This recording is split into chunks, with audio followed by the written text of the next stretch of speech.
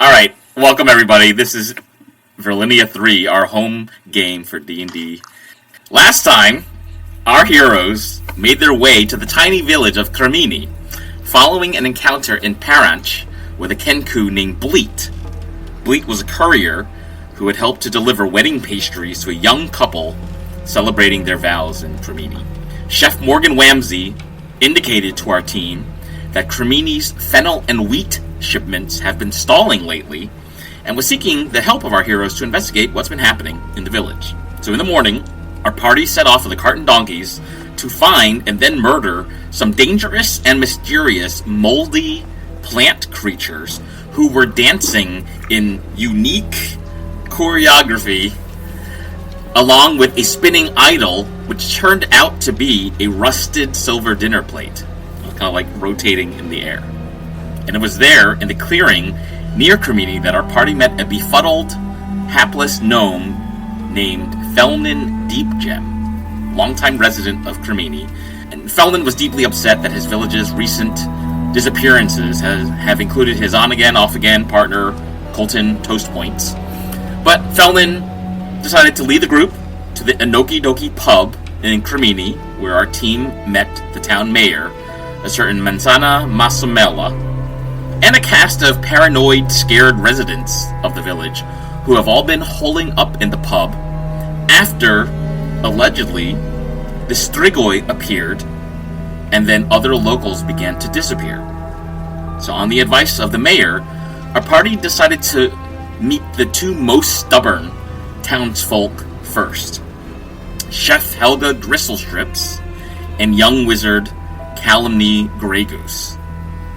Our hero, elven sorcerer Edric Raythorn, impressed both Helga and Calumny with his cooking skills, fashioning a delicious lemon tart and a passable autumn squash soup, enough to convince Calumny to leave her bedroom, she's kind of like being a hermit, and decide to camp for the night in the main floor of the tavern along with all the other residents.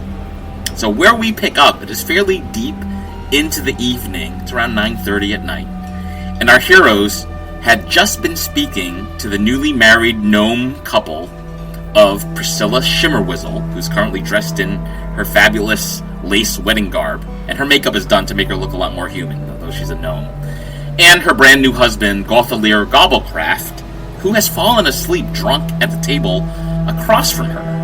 And as our party had just collected a few items from the mayor to help them figure out who the Strigoi are, and if there are actually Strigoi, they heard the clinking of several glass vials in Gothalier's front jacket pocket as he started to lean forward onto the table and doze off after drinking several large glasses of mead. And these vials potentially are potions of healing. And so that's where we're going to pick up today. I think, if I remember correctly, we were thinking of to obtaining those. I mean, it's a very crowded place, but I think we wanted to try to talk. But this guy seems mostly out. I think that was the. Yeah, I remember wanting to try to manipulate him in some way, but yep, I'm lost for thoughts right now. Thad is gonna walk out from his room, being like, "Oh, bloody hell! Had this weirdest dream. Fought some plants. Saw a spinning plate. Oi, Edric, Aramis. Where are we? Cremini. We are in this lovely town with monsters and probably good chances of death. What? Where's Alfredo? What? He didn't follow. I think it's still following the dog or something. Bloody hell. Anyway, heard you talking about a guy he needs to sober up, yeah? Oh, yeah, I mean, depends sober up. I think we would enjoy having some more potions of healing, but I think we might convince him to share it with us. Oh, no, I can sober him up. Hold on. Sure. And he's gonna walk up to the dwarf that he's pointing to. He's gonna use 5 of his lay on hands to do purified poison. But again, Thad doesn't know one thing. Thad doesn't know he's a paladin. He doesn't know what that means. And so he's gonna purify poison by being like, oi mate, wake up. Time to rally, yeah? He's gonna give him a firm slap on the back and purify poison. After you do this, Gothelier kind of rises from the table, does a deep stretch, looks around, and says, "Oh, I don't feel so good. I ate so many eclairs and so much. Together. I think I ate half that wedding cake by myself. Could someone take me to the latrine outside?" Yeah, mate. Yeah, let's go. So. I'm Thad, by the way. I don't know if I met you. It's been a weird 24 hours. Gothelier Gobblecraft. I married this one over here, Priscilla Shimmerwhistle. Maybe you met her. She's the prettiest. She's the... one over here. Yeah. Sir, please. Yeah. It's a nice way to talk about your wife. Gothelier, wake up. Talk better about your woman. Oh, you picked a good one, mate. Come on, let's get into that latrine, yeah? I'm not sure about that. As you're walking him to the latrine, you can see Priscilla's got her arms folded over. She looks very disappointed in her husband, but she's also nodding in approval at Thad, walking him off to go to the latrine outside. Yeah. Go ahead. No, I wanted to ask the wizard, the Calamity, I think it was her name. Mm-hmm. Is she now in this room? What's she doing? I think I want to see her because she is. So after Edric was able to collect all of the desserts and soup that she had requested, she has decided to camp out in the main hall. So she's brought along her blanket and a couple of pillows, and she's kind of propped herself up on a chair sitting next to the mayor at the moment. So yes, she's in the main hall. Looks like she's preparing to go to bed. Okay. So I let her be. The only thing I do though before when I see Thad going, because I know that the Strigoi might be around, I send my cat, to follow him. Not just in case my familiar could tell me if there's any problem. But otherwise, I'm gonna stay in the room. We'll get your cat on the board. Edric, are you doing anything else or different? To the lovely bride, but I have no clue what to talk to her about, so I think I'm just gonna stand there awkwardly and be like, "Come here, Auckland. How are you?" You get very little response. Unfortunately. I imagine so. Yeah. So it's at this moment that Thad is kind of walking over to the latrine with Gothelier, and Gothelier is kind of fumbling at the buttons on his jacket. He's sobering up, and he is a little confused and frightened to be outside with you, actually, Thad. As you're walking with him, you can see he's really looking around. It's quite dark out. The howling wind is starting to pick up a little bit, and he's sort of like, Thad, could you leave me alone for a few minutes? I gotta use the head. I gotta take a piss too, mate. Yeah, I'll just be over there. And as with the howling wind, that's gonna be like, common, innit? Can be. What's this about the Strogoi? What is this? What, they're trying to do some stroganoff? What's going on? Well, there's a legend here in Cremini that the Strigoi appear in the form of demons and steal our produce, drink the milk of our cows, murder our livestock. But the idea behind it, and it is a legend, is that the farms, we don't know for sure if they're real. And he kind of winks at you. Well, why don't you just ask? And he's gonna go, "Oi, Strigoi, vampires, scary things. Show yourself." And he's going to do detect evil and good. And so that means that for up to 10 minutes, he can sense the location of aberration, celestial, elemental, fey, fiend, or undead within 30 feet of himself. That casts a spell and does not detect. He detects some good people in inside the pub. Gothelier is not giving off any particular good or evil vibe. That's just gonna be like, see, nothing's there. Can you give me an insight check as well, Thad, as you're kind of watching this guy fumble with his buttons? The wind is picking up. That's a nat 1 for a straight 0. Yeah, that genuinely believes that this guy is telling the truth about everything and is very, very knowledgeable. He's so wise and knows so much about Cremini. Thad is just suspicious of, what do you mean they're legends? It either happened or it didn't. Now, it's at this moment that Helga Gristlestrips, the pub chef, is stomping with her foot onto the floor below. And she's yelling at a couple people that our heroes haven't met yet. And she's shouting down towards the cellar staircase. Hey! Yous guys, down there! Are you done? Are yous done yet? Yeah, we're coming up. Hurry up! I need to finish the prep this evening before I go to bed. So, emerging from the cellar, we first see somebody new that we haven't met before. Min, could you introduce and describe what your character looks like and what they're doing? My character is a 3-foot-tall little metal warforged with a ceramic cone hat. And if you just look at her, you might think that she's like a garden gnome, but she's made of metal and she wears a chainmail. She also carries around a giant pot pan as a shield.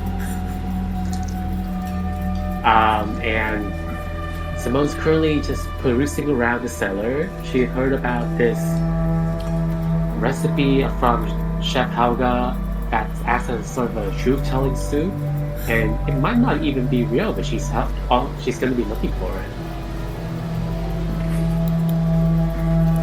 As Simone enters the kitchen, somebody twice her size starts following up the staircase, making very loud footsteps as they enter the scene. Cody, could you describe your character and what they're doing and what they look like? I'm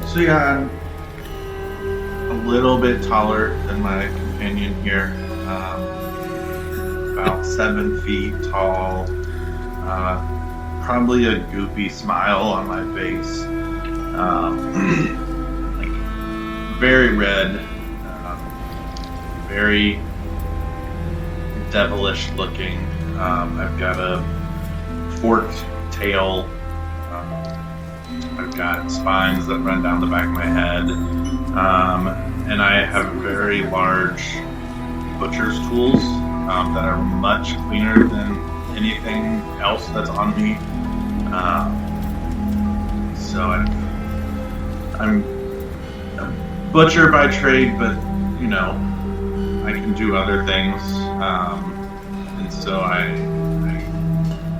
grew up in a poorer area of town, so I use my weapons as my tools, and my tools as my weapons. So, I take good care of them. So I've got probably like 4 or 5 axes, knives and things around my belt, and a very, very large cleaver strapped to my back. Helga looks at the sight of you, and she says, "Oh, you guys, did you fix everything in the cellar? Did you organize? How did you do down there? You were there for hours." Well, things were kind of a mess down there, but we organized it and categorized it alphabetically. Don't worry, Chef Helga. alphabetically by color. And by, well, I can perceive more colors than used to, but sure. You guys want to help me with the prep for tomorrow morning? I'm making cream of Cremini mushroom soup. You're still prepping? Chef Wamsey would have already been prepped. I'm not as fancy as Chef Wamsey. This is Cremini. We do things when we need to do them. That's okay. We'll help you. Yeah, let us help you. Okay. So the two of you help Helga. Could you go ahead and make some... Both of you make a... Let's say make a performance check. This is some knife work. And Stu, I'm going to let you do this at advantage since you are a master of butchery.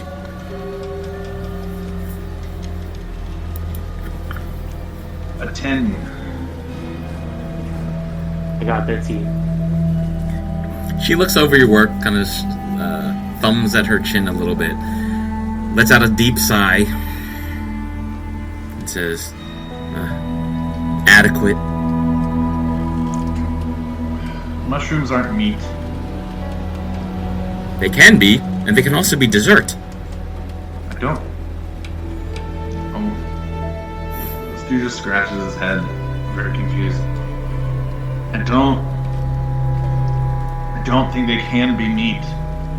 I don't think they can. Yeah, you could. I sometimes cook mushrooms in duck fat, and they taste like meat.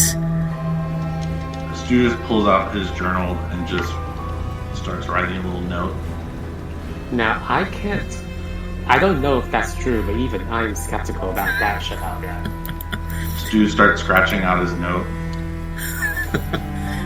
You can see that she's kind of eyeing the strangely unlocked cupboard above her cooking station.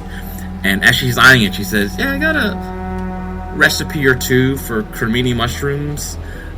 They can be more meat-like. They can be more like a dessert. I'm not sure I could teach you two, though. You guys are only good for alphabetizing. And colors. And colors, but at least you have a safe place to sleep tonight. Hopefully the Strigoi don't get you down there. And she kind of takes her apron off, lays it down onto the counter, and you can see she's going to retire in the pantry where she sleeps. So there's a little room behind you past the doorway where she's going to kind of start to retire a little bit. And it's at this moment that Simone and Stu, you can hear the voices in the main floor of the pub. You can hear some voices of a few people that you have not met before. What would you like to do? Did we see her eyeing the cabinet? Yeah, let's say that you did. Can I just rummage through it? Yeah, give me a perception check, please. That's a 3. Damn. I go out and meet the other guests in the main area. Okay. So first of all, Stu, lock the cabinet back. You lock the cabinet back. So Stu, there's nothing in here. Stu, you rummage through what looks like some jars of different ingredients, a couple of recipes, and find very little other than like some post-it-sized notes with handmade drawings of different animals with cute smiles, like big smiles on their faces. Nothing else interesting. Simone, I'm gonna lock this because if we have to organize one more thing, this is not what we were hired to do. Stu, would you? I kind of want to put a chair on the door of Chef Helga's quarters. We can have some more time to ourselves, I think. Like, I don't think she needs to. I think she needs a couple more hours to sleep. Great. I'll move a whole table in front of the door. That's fine. Okay. So, with not too much effort, the table is now in front of the door, and looks like for the moment she wouldn't be able to escape Chef Helga. Nice. Yeah. So, Simone walks out into the main floor and notices a few people he has not met before. It looks like an elf wearing some wizard garb. It's the first time also that you are seeing in person Calumny Grey Goose. This is somebody that you have heard was holed up in her own bedroom and not willing to leave, but it looks like she's actually on the floor. And you also see somebody a couple hundred years old, awkwardly alternating in between different people in the pub. You also see a couple people kind of like fashioning some bedding for themselves to prepare themselves for sleep, including Calumny. Calumny's preparing to go to bed. Can you ping those? Yes. So, Simone has just entered the main floor. Calumny Grey Goose, who's a wizard that you've heard about but haven't met in person before, is currently standing next to the mayor, who is Mensana, standing over here. And then Aramis is a wizard, very tall wizard you have not met before. Aramis is standing kind of behind the table, Calumny is. And then this other person who's at least 100, maybe 200 years old, is standing about 60 feet away from you at the moment. Also, the front door is wide open, indicating that somebody has just come in or somebody has left. Up to you to figure out what happened there. Right. Matt, can I do something? Mm-hmm. Because the moment I think I see the War Forger, I probably stand up like, what the hell is that? And can I roll an Arcana? Because I'm quite sure I never met a War Forger. Like do it. War Forger before. Great. Ooh, 17. Ooh. Just to, like, I mean, I read something about that, but it's more like a general idea of what it can be. If I would play that he never met it. He probably read something about that at the university level, so he knows what it is, but I never had the chance to see one in person. So I think even though he's usually quite careful of how he reacts in front of people, the natural reaction of this scholar would be, what is that? Not extremely kind. Looking at you, Simone, as an oddity. Do you say that out loud? Yeah. Okay. Oh, I'm a tiefling.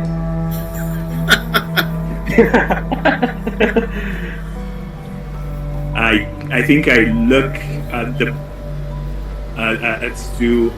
Also, Simon, what was it? Were you 4 feet? Did I understand that? I'm 3 feet tall. Okay, so yeah, so the difference is. We look adorable creature. So I think I will probably just go there, and my brain registers tiefling. But because that is a magical creature, object, or whatever, I think I go back and looking at Simon, like looking at that, like this high elf wizard looking at this warforger with like, oh, this is amazing. Do you speak? Yes, my name is Simone. I have a question. Yeah. I'm gonna hurry over. Okay. I'm gonna move myself right next to Aramis. Mm-hmm. There we are. I'm gonna say to Simone, apologies. He's how would I say this nicely? Academic. So ignore it. Listen. Yeah, and I'll just try to like stammer my way into being like, ignore the wizard, because it's alright. Yeah. It's alright. Simone doesn't mind. I think the Edric words would just burst the spell of like, oh, this is a fantastic discovery, and like realizing, Aramis realizes that is rude, and he stops and like, oh. Good evening to you, ma'am. Someone nods. And I look at Good Edward. evening to you, Mr. Elf. Sir Aramis. Nice meeting you. Simone Vader. I'm Edric. Hello, Edric. Nice to meet y'all.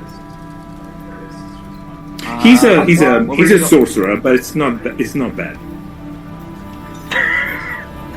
now. I think Edric also just laughs like I just did. 'Cause Edric is used to Aramis. Let's see. Aramis is a wizard, so wizards and sorcerers, you know how they get along. Anyway, yeah, I look to Simone and go, hi, I'm Edric, and then I look up at Steven and go, hello, nice to meet y'all. I think I missed Stu. Do you have horns? I have. What were y'all doing in the cellar? Yeah, Stu, go ahead and describe what you look like, and then you can respond to the question Edric Yeah, asked. I have. Like, I'm bald, but I have like a tri-hawk of spines. Okay.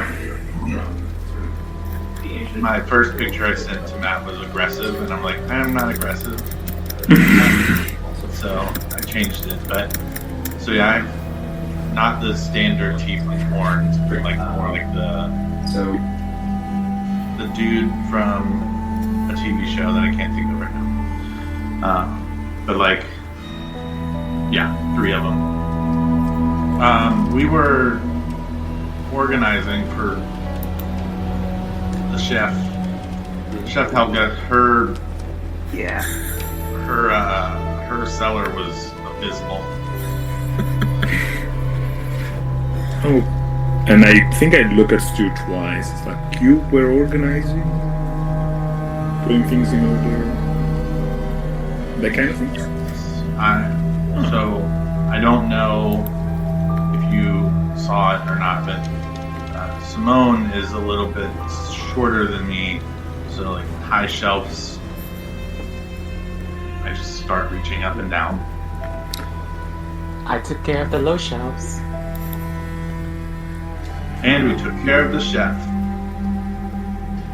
Wait, what do you mean by that? Hey, what do you mean? She's in Take bed. care of. She's asleep. She was so tired. Okay. So nothing bad happened to her? Is she alive? Does she breathe? I think so. She should be. She's not that old. She's alive. We didn't do anything to her. Okay. I think we're gonna stop asking questions. What? Okay, so do you work here? Are you local? Are you from Cremini too then? I'm from North Virlinia, but I'm working as career for Chef Wamsey. Oh, we do too. Yeah. He sent us here to Have you heard of the Strigoi? I don't know, try aristocratic. Do you know that? I know that. Do you know the story? What's happening? Yeah, I think there's some here. We've been told about it, but we don't know what they look like. Oh, we might have seen some of them. You're on the same flying. page as us then, apparently. Yeah. I forgot about that. Thank you for reminding me of this. I think we have to introduce you to another of friends of you. I'm sure Stu is gonna like him very much. Yeah. And I have a lot to talk about together. So, during this conversation, Aramis can see through his cat's eyes that Thad is now interacting with Gothelier, who is kind of sobering up, but still stumbling out of the latrine. And as he's stumbling out of the latrine, he's just checking his pockets to make sure everything is there, gives himself a nod, looks over at Thad, gives Thad a nod, and starts marching back to the front of the pub. That's just like, oh yeah, that's right, mate. So, where are y'all going on your honeymoon? Oh, ask Priscilla. Ask Priscilla. Maybe we'll go to Storm's Eye. It's by the sea, but Nice. yeah. But I'm not as much into the cheese and dairy as my wife is. So maybe we'll go to someplace more tropical in southern Virlinia instead. We haven't decided yet. Well, marriage is all about compromise. At least that's what my parents said when they were in couples counseling. Yeah, couples counseling. sometimes I think about that because I don't know why I haven't died yet. Like, is my wife a Strigoi? Is that why I haven't died yet? Is that why I haven't disappeared? Strigoi and none came. Thank you, saved me. That's a good way to look at it. Dad, make an insight check as you're kind of trying to understand how truthful Gothelear's being in this moment. 5. Wisdom is Dad's lowest stat. Yeah. Once again, Dad continues to buy and believe everything that Gothelear is saying. And Gothelear continues to march towards the front of the pub to re-enter.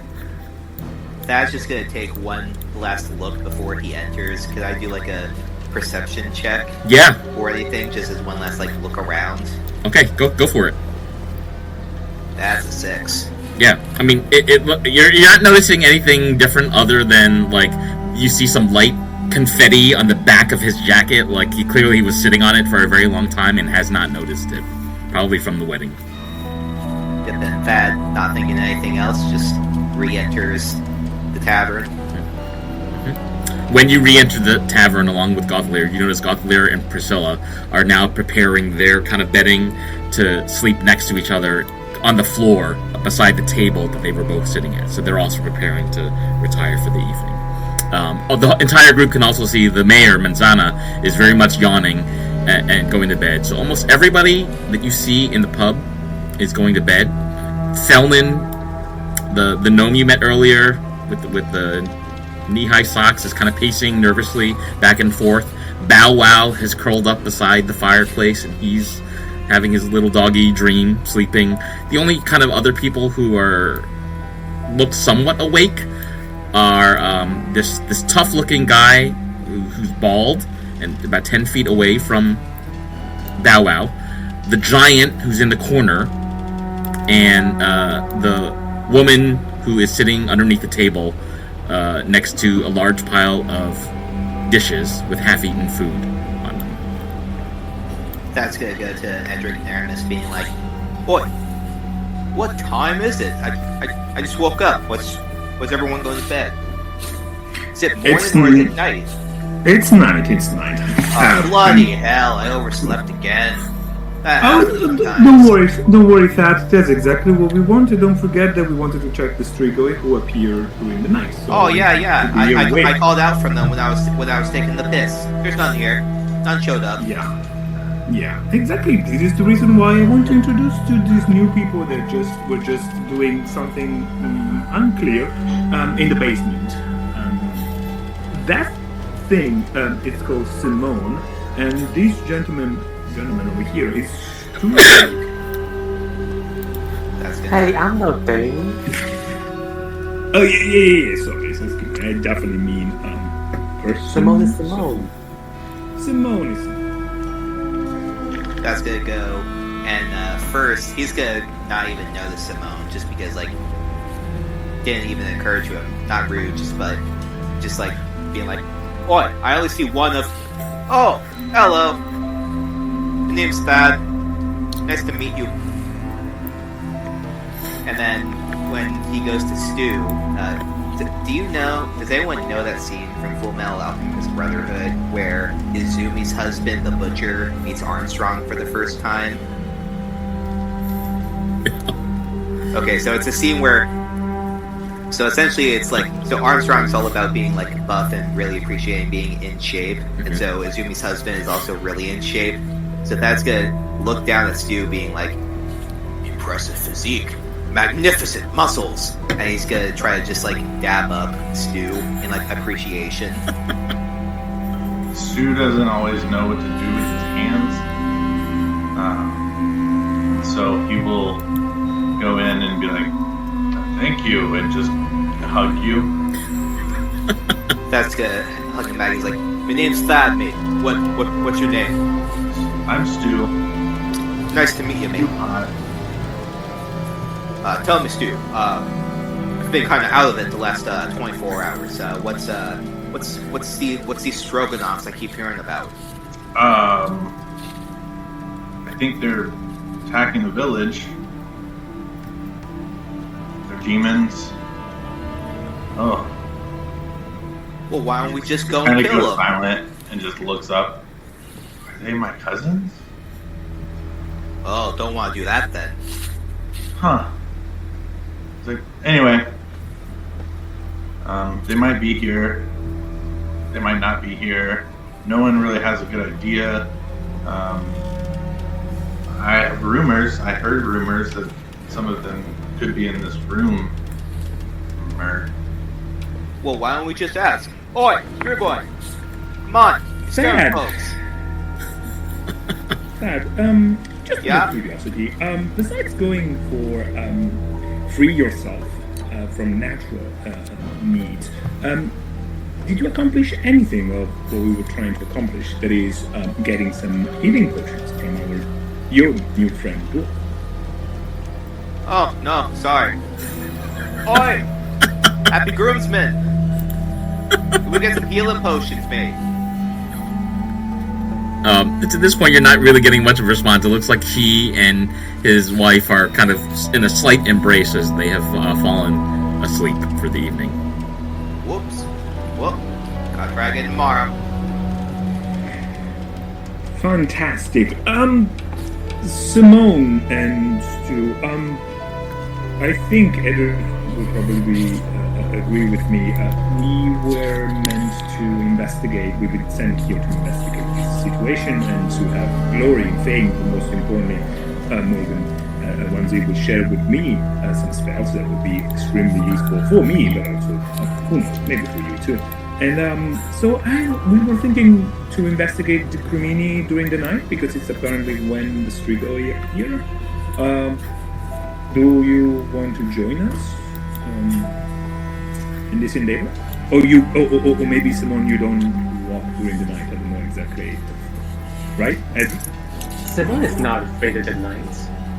I Fantastic. used to guard the shop of night all the time. Correct. back in my So no day. problem with rain. No problem. Did we long rest or not? I cannot remember because Aramis need did. to know if I should clear out my spell slots. Okay, well I'm No, I did. going you remember. to and I will take first sleep, and then y'all can have fun. Okay. Until, because that I know I need to take full 8 hours, but you know I can at least transfer half of the time, and you know if I don't get my full 8 hours, then that's okay. I can at least just come out of it, but at least I'll start my whole trance and you know whatnot. So, before you start that trance, Felman Deep Gem, the gnome that you rescued earlier, walks over to Thad, Edric, and Aramis, and says, he's kind of scratching himself, and he's like, "Oh, sometimes I get so nervous, I just want to scratch myself and get a new vest, but the mayor's gonna lock the pub pretty soon, and if you can't figure out who the Strigoi are before midnight, we're gonna be in here all night." Oh, well. Okay, Being well, in a pub let's all night work on that then. don't sound too bad to me, mate. We need to understand what these things are. We These shouldn't things, waste legends, all night. stroganoffs.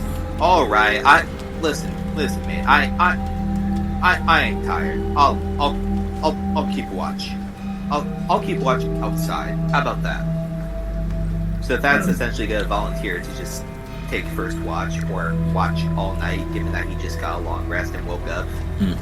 I think the point is that. So, and I point at that if I remember correctly, there's a guy on the corner that you feel like he looks quite like it's a giant. Yeah. Right. I think there are a couple of people inside that look like they could engage in a fight. So I look at that. It's like, why don't we all go investigating and they can take care of themselves? But we know that are all together. So if any of them turn into a Strigoi, we will know that it's one of them. But in the Okie meantime, dokie. let's go around and.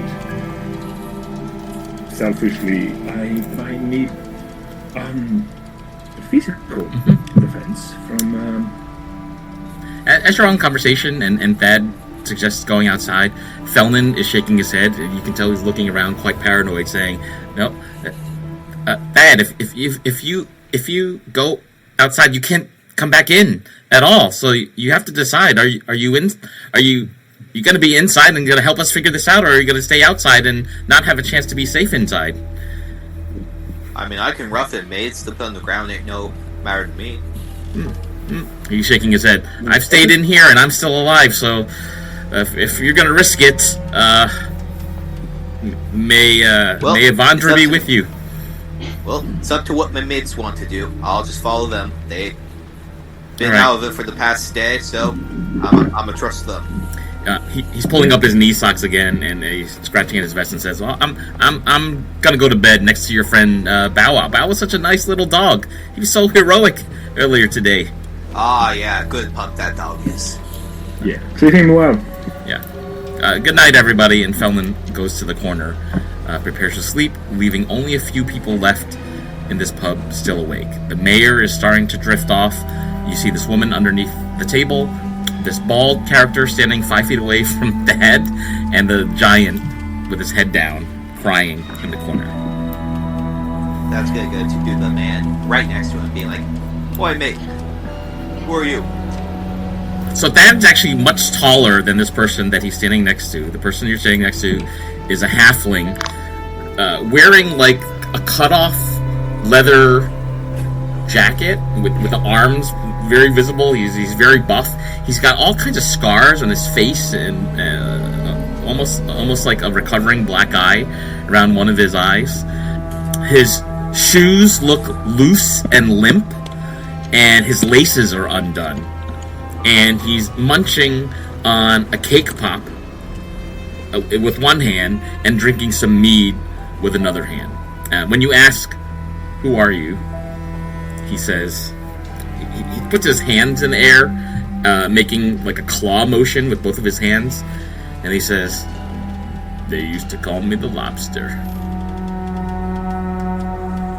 Right. Well, mate, can you corroborate these tales of these demons? I believe they exist. Oi, Simone, Stu. You think these tales hold weight too? Yeah, why not? Yeah. Well, guess I'm just mistaken then. Guess there are demons. Well, if I can hit it, it can die. It's good enough for me. Can my character come up to the one talking to the mayor? What do I know about her? What do you know about her? Let me see.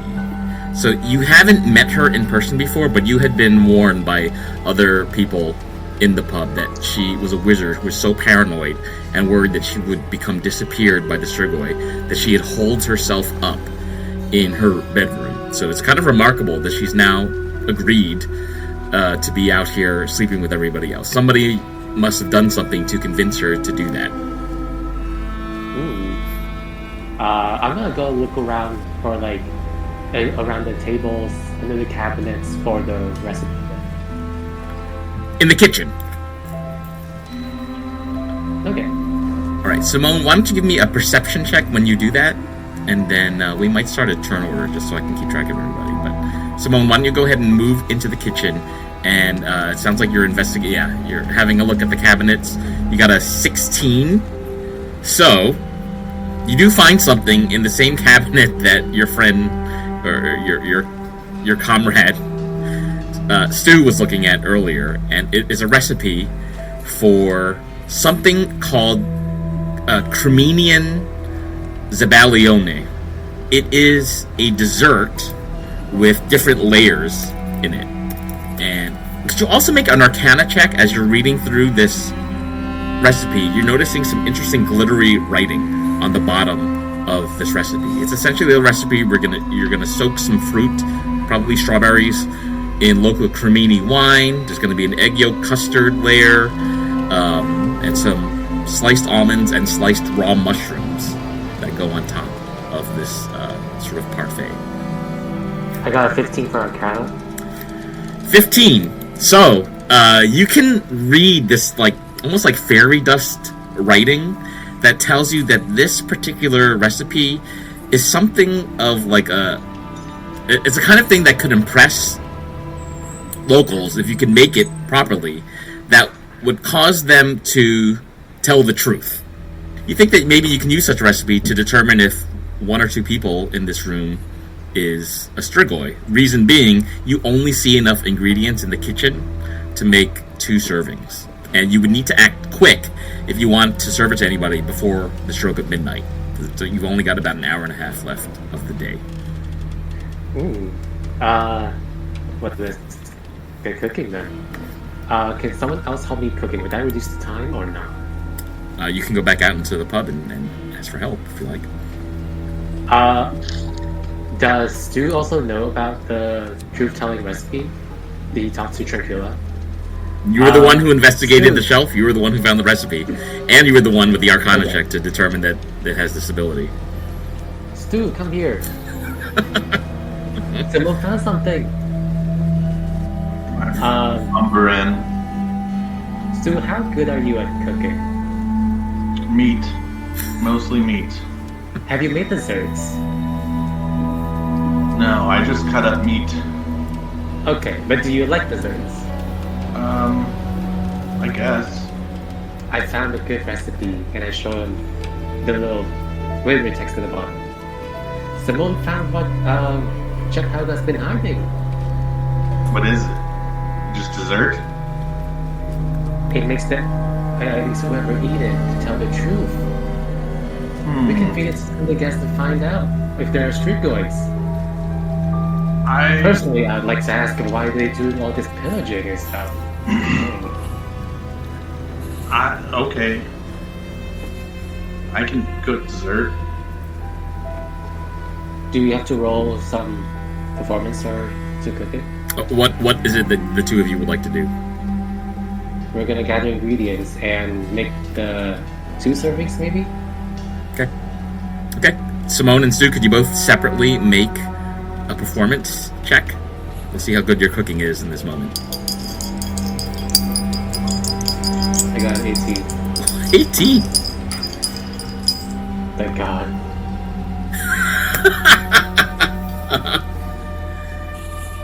Three. Yeah, Stu, tell us what happens as you try to crack the eggs to make the custard. Oh, I don't crack them. I just throw them into the dish. Like, you just slam them down, right? Yeah. So there's all kind of bits of eggshells mixing with the white of the egg. Yeah. Yeah. As you do. Having heard the commotion in the kitchen, can I venture in and like see Stu doing that and like try to help him salvage whatever he's doing? Yeah, could you make a sleight of hand check to try to take the eggshells out without hurting yourself or without disturbing the recipe? Yep. That's a 4. Oh. Yeah, unfortunately, Thad, you make the recipe even worse, which is a little anxiety-provoking because you're running out of time to make this so that you can prepare it for anybody before midnight.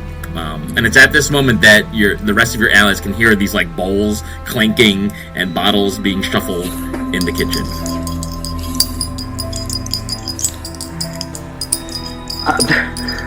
I rush in and I'm just like, it's like, has anyone seen that Community gift where everything is on fire? Yeah, You're that just one I looking see. around. Or no? Yes. Okay, that's how I feel. Okay. And I'm just like, okay, okay. Use some help, mate. What? Yeah, I see that. Okay. Next time call if you need some help. I have a little cantrip that can help. Help anyone with anything, mostly. And okay, what can we do to salvage this now? I'm looking. Yeah. Is there any way for me to make a sleight of hand check to maybe? All right. Okay. What do you want to do? I'm gonna do that. What is it that you want to do? I'm gonna try to. How exactly did Thad make the recipe worse? Oh, Thad's thick fingers cracked the eggshells, so instead of being a couple of larger pieces of shell, they have disintegrated into many more fragments of jagged eggshells sitting in this custard mix. Are the yolks intact? Oh, no, they have been mixed quite thoroughly by Stu earlier. Okay. Because if I remember for custard, don't you need to separate the yolks and the whites? Something like that, yeah. I think I'm not. Yeah, something like that. Well, okay. when a tiefling throws the eggs whole into the bowl, this is what you get. Can I make a perception check to see if there are any other eggs that we can start over with? Yeah, so you canvass the kitchen to see if there are other ingredients. Why don't you go ahead and make a perception check? And then Aramis, what are you doing in this moment? Yeah. I think I sit at the table because I had no idea what's happening because they just went to the kitchen and started cooking. That's right, at 10 at night. So Aramis, that he believed it was to investigate the strigoi, he just sits down, look at the table, puts the forehead at the table, and he says, "I am with a bunch of idiots." And just wait. I have no idea what's happening. But that one is not gonna go cooking. Right. Edric, what'd you get for your perception check? 6. Edric, you look high and low, and the most ingredients you can find are sitting on the wall directly to the west of you. It's like fruits and garlic, but no eggs. Pat goes, "Oi, mate," to mainly Simone or Stewie, and he's like, "Oi, mate, there a chicken coop near here? We can get some more eggs." Yeah, we can say that you would have seen and heard the chickens outside in a coop, but it would require you going outside. Oh, yeah. Why don't we get some more eggs out there? Did Simone's look better than mine? Simone's Like we were what? making separate attempts. Yeah, because you were making 18. separate attempts, I would understand that as you were doing separate parts of preparing this dessert. So Simone's ingredients look great, actually. Simone Okay, has. so we weren't trying to each make a version of it. Correct. I would imagine the two of you were doing different parts of the recipe. The part that Stu was doing is a little bit messed up, or a lot messed up, and the part that Simone was doing is totally intact. We can say that maybe Simone was drenching the strawberries in wine in order to prepare them for one of the layers of the recipe. Oh, you got the easy part, Simone. How hard is it to crack an egg, Stu? They're cracked. Well, when you got big fingers, mate, so it's a bit tougher. I'll go get some more eggs. I'll join you, mate. Stu and Dad, as you walk towards the front door, you notice the mayor is now at the front door, kind of about to put her key in to lock it, and she says, "If you go outside," she's nervous as she's saying this. "Okay, if you go outside, you can't come back in. It's us and everybody else. What are you gonna do?" Well, we need some more eggs, so. Well, Madam Mayor, we are walking out to your chicken coop, and then we will be coming back inside. Thank you.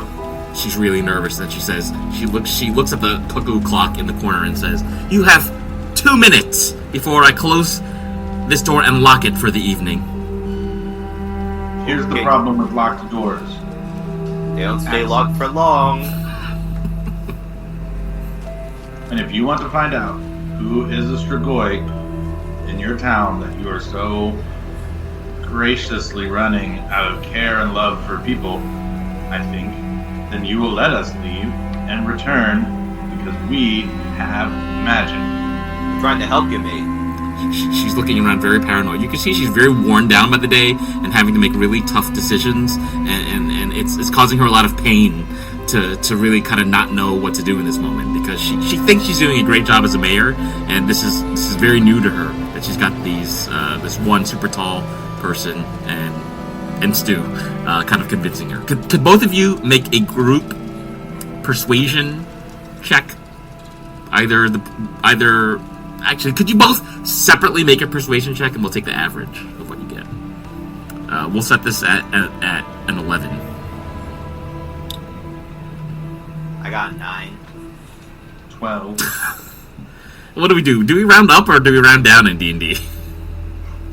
You round to whatever worked for us to get eggs. I think we round down in D&D, right? So that would be a 10. Oh, wait, what is this, Cedric? I was like, do I overhear any of this? Can I just be like crossing my fingers and saying a little cantrip? Yeah, you're right in the doorway. Why not? Alright, thank you. I'm going to look at that and I'm going to be like, please let my boy do good. And I'm going to add 2 to his persuasion. Oh! With guidance. With that guidance, Thad and Stu collectively have persuaded the mayor to let them out for enough time to collect some eggs safely. So, but you can tell the mayor is very scared and annoyed that she has to do this. But she opens the door for you to exit and head to the chicken coop. You said 2 minutes. We counted 200 and we will be back. She says, and not a number more. No, mate, it's 100. It's 140. While this is happening, what are Simone and Aramis doing in the kitchen? I'll finish up the recipe then, and I'm gonna actually use one of my luck points for this. Okay, go ahead and make a performance check, please. So Simone is preparing the top layer of the recipe, which is the sliced almonds and mushrooms. Oh. Whoa. Nat 20? Nat 20. So you slice them so perfectly and expertly, you feel like you would even impress Chef Wamsey with your knife skills in this moment. Simone is killing it today. I feel like that's a bit of a waste, but okay. And I go out. Laid more eggs? No? What did you say? I said Simone laid some eggs with a natural 20 also. So Simone was successful with that. We're gonna go ahead and say Thad and Stu easily find a few new eggs to bring back into the pub, and they can return to the kitchen. And it's at this point that Manzana decides to lock the door for the evening. She has now gone to bed. The only people left awake are the bald guy, the woman under the table, and the giant in the corner. So only 3 people are left awake. That's just like, well, let's, how about we have Simone do this one, yeah? Probably a good idea. Simone, here's some eggs. Alright, Simone, would you like to make another performance check, please? Let's see if we can do this custard. Edric will stand over and have his fingers crossed again, and I'll cast guidance again. Guidance again? Okay, go ahead and roll. Yeah. You're gonna get a little bit of a bonus here, Simone. Nat 1. +3. Don't forget, you still have your heroic inspiration if you wanted to use it. Oh, yeah. Yeah, I'm gonna use it. Okay. So go ahead and roll d20 again, and you're gonna take the higher one of whatever you rolled, whether it's that 1 or the new roll. Nice. 18. 30-20. 30-20. Simone manages to... I'll roll again for guidance. 1. Simone manages to make all 3 components of the recipe perfectly, and what you now see before you is like a layered custard dessert. You have enough serving. You have 2 servings of the dessert that you could decide what you'd like to do with. But Simone feels very proud of themselves for making this, especially because they can't really taste the ingredients, but the look of it is expert. Now, who is our honored taste tester? I'll call out to Aramis. Aramis, would you like to come in here? Sure. And I walk into a kitchen where I now imagine as pure disaster. May I ask why? Eggshells everywhere. He steps on the eggshells as he walks in. What's happening?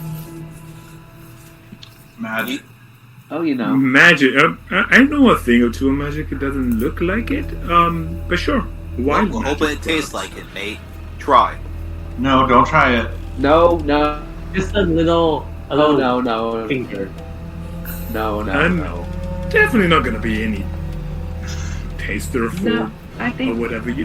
What you cooking? Why are you cooking now? I am extremely confused, and it doesn't happen that often. We gotta find the demons. This will help us find the demons. What? Simone What you says talking about? this will make people tell the truth if they eat it. we have It's to serve found it. it in his recipe. It's from Chef Helga. You found a recipe that does.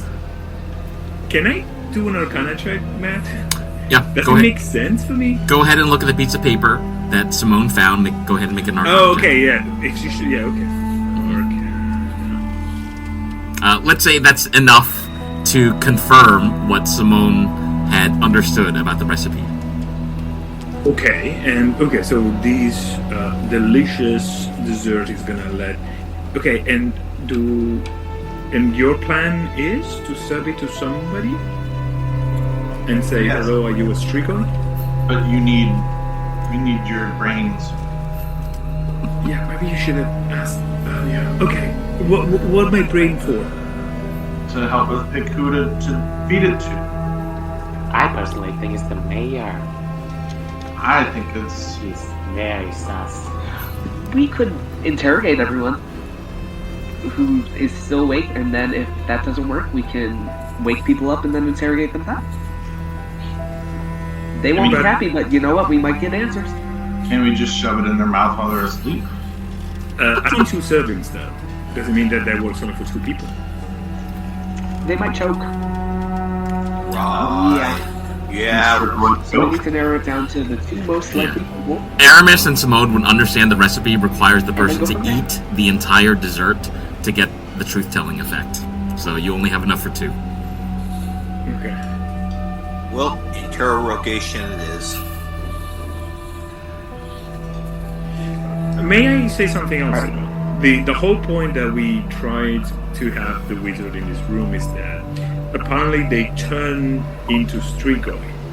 So if we are all in the same room, somebody eventually is going to turn, or not if it's not one of the people in this room. So before we decide who we want to go, we might use this later for more information, but for now, let's just stay awake in the room.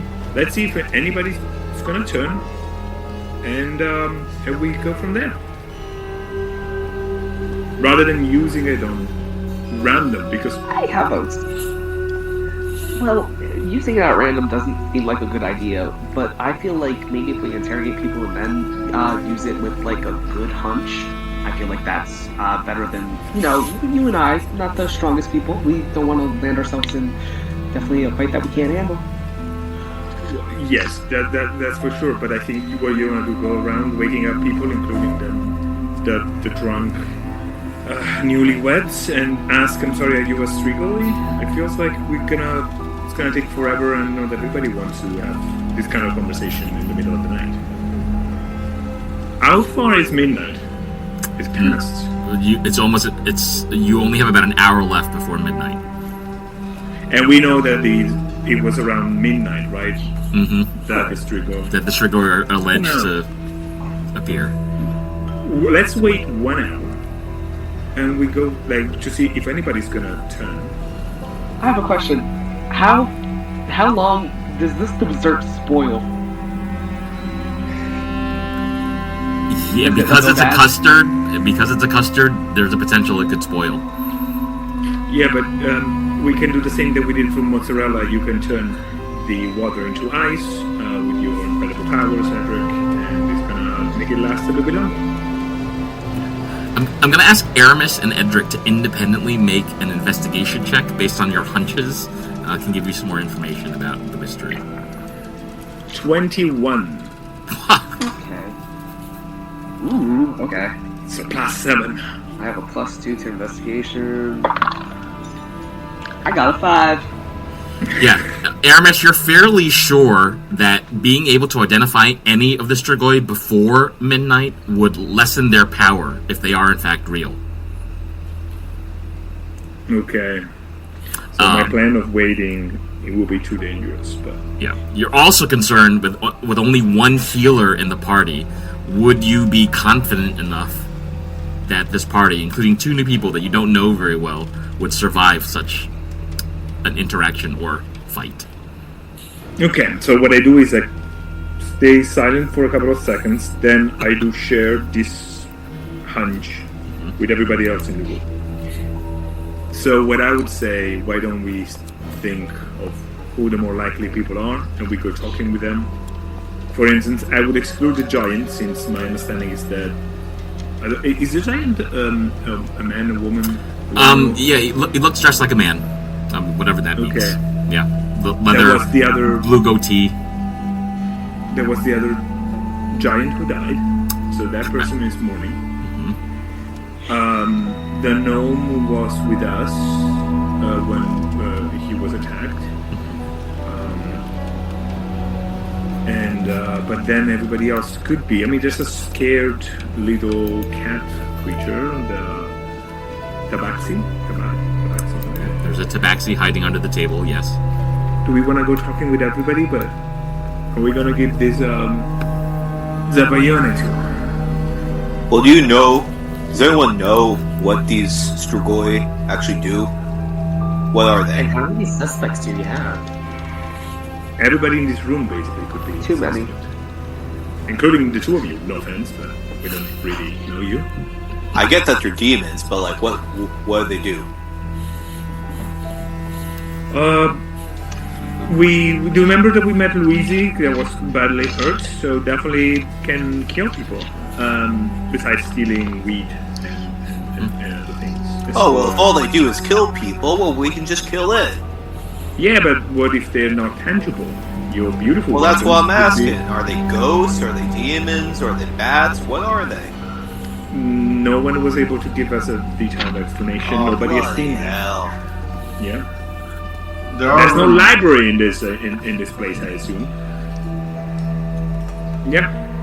Simone and I did pick up All on some library. information or some rumors on our travels down Please share it if you can. just by listening. Some people say that Calumny Grey Goose could be a Strigoi. No offense, I think she's just a scared wizard. Just wizards are weak. Or offense, whichever. Offense taken, but sure. And then there's other people that say the married couple, one of them could be, and it's kind of like a marriage of threat. I might have made that part up. But the married couple, my bet is on the dwarf because I was raised by gnomes and gnomes could never be demons. Sounds Okay. foolproof to me. Yeah, Stu, as you elaborate on your hypothesis, could you make an investigation check as well, please? Absolutely, that's my strength. 2 minus 1 is 9. Wow. Do you want to use your heroic inspiration, or you want to hold on to it? That's a net. Nope. There's no points. Is that a nat 1? Oh my goodness. No, it's just a 2. A 2, okay. But Yeah. minus 1. Yeah. Okay. Let's not waste this hour that we have. Edric, who do we want to interrogate? We want to go with the wizard again? You know what? Why not? I was kind of thinking her, but like, I think Stu does have a point that maybe she's just a scared wizard, but you never know until you ask, I guess. Simone, I think you made them. You find the recipe, so it's eventually up to you. But I would say, according to what Stu said, that the wizard should have one of the truth-revealing desserts, because it's the suspect, the only real suspect that we have. I thought she was supposed to be. I thought she was afraid of Strigoi so much. Although I guess it is suspicious that she's here if she's so scared. Oh no, that was the And also she- of Edric who convinced her to come out. Imagine Edric if she is actually the Strigoi and you condemn everybody here to death. Wouldn't that be- Imagine. Anyway, Wow. what the world is made of pudding. I say something though about the Strigoi. If they and Matt, I'm also relying on the check that we did the other day. Do you need to be aware that you are a Strigoi? Like you just turned and you don't know that. You're not sure. You could ask somebody. You're not sure based on the things that Luigi told you, if somebody needs to be aware that they are Strigoi or not. Okay. I think if she's a wizard who can fight, then if the Strigoi appears and she is not one, she can join us in the battle, right? So it's better to be sure verify. it's not a Strigoi? Yeah. To be sure she isn't a Strigoi. Yeah, exactly. So perhaps we can wake her up and see if she wants a dessert, a midnight snack. That is deep in That thought. But he goes, "Oi, can these Strigoi are they immune to poison?" We have no idea. They could be whatever we dream and fear them to be at the moment. Well, worst comes to worst, I can just interview the giant fella for you, see what I can find out while you interview two of the others. yeah, I Which think one is it, by the way? Is it Fonda? Or Fondu? Yeah, you would know that Funduke is the giant in the corner. I mean, I think Fonduke he just looks so sad. I mean, he lost his wife, he doesn't know where she is. I Oh, no, don't think she's it's dead. her. we Oh, she's dead? We saw the body. Oh, the bones, everything, by the way. Well, what if that's what do you call it? What if that's a red anchovy? What if they're just doing a good job of pretending? Yeah, again, these people might not be aware that they are the Strigoi. I mean, the whole asking question might be useless. Well, But what do we have to lose? right. Well, But- I'm gonna go interview the giant. Okay. So we'll put this in the turn order eventually. So Thad is gonna go interview the giant. What would other people like to do? I'm definitely going to the wizard. I'm gonna interview the tabaxi. I'll talk to the mayor. I'm gonna stand in the middle of the room And observe. and be prepared. Okay. You want to ready in action? I will ready an action, yes. I'm going to ready a spell, Okay. just a cantrip, to potentially wake everyone up in the tavern if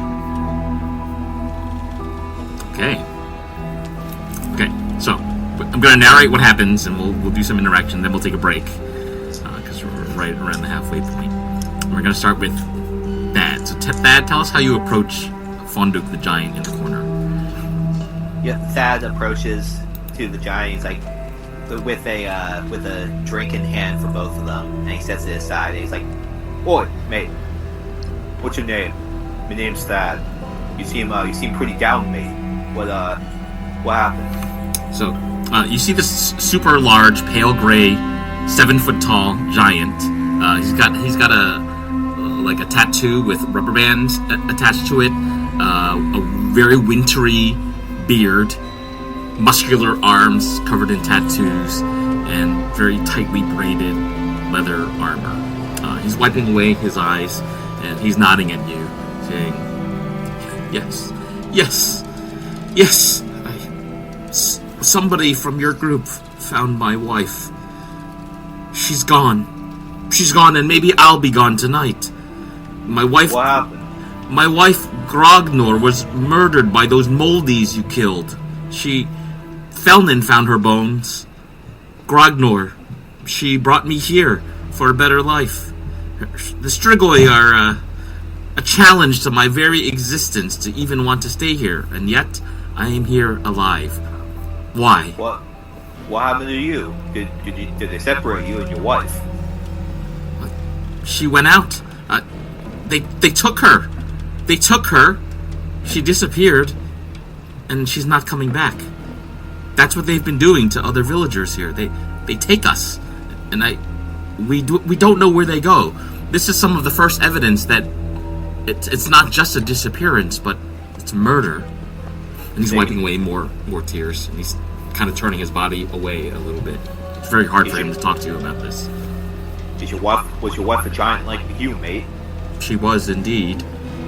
The Strigoi must be big, strong fellas then. Oh. Fellas, maybe one is not a fella. That's my belief. Oh. Alright, mate, as Thad takes a sip of his drink and gestures to the giant to do the same. He's like, to do a toast. He's like, in memorial for your dead wife. As they toast, and then they drink, and as they're drinking, that's gonna be like, alright, mate, level with me. Man to man. Impressive physique to impressive physique here. Of course.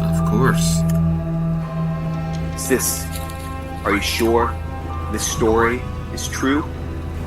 That your wife got taken? Come on, and I'm gonna cast command, and the word is confess. Okay. So that's a wisdom saving with DC 13.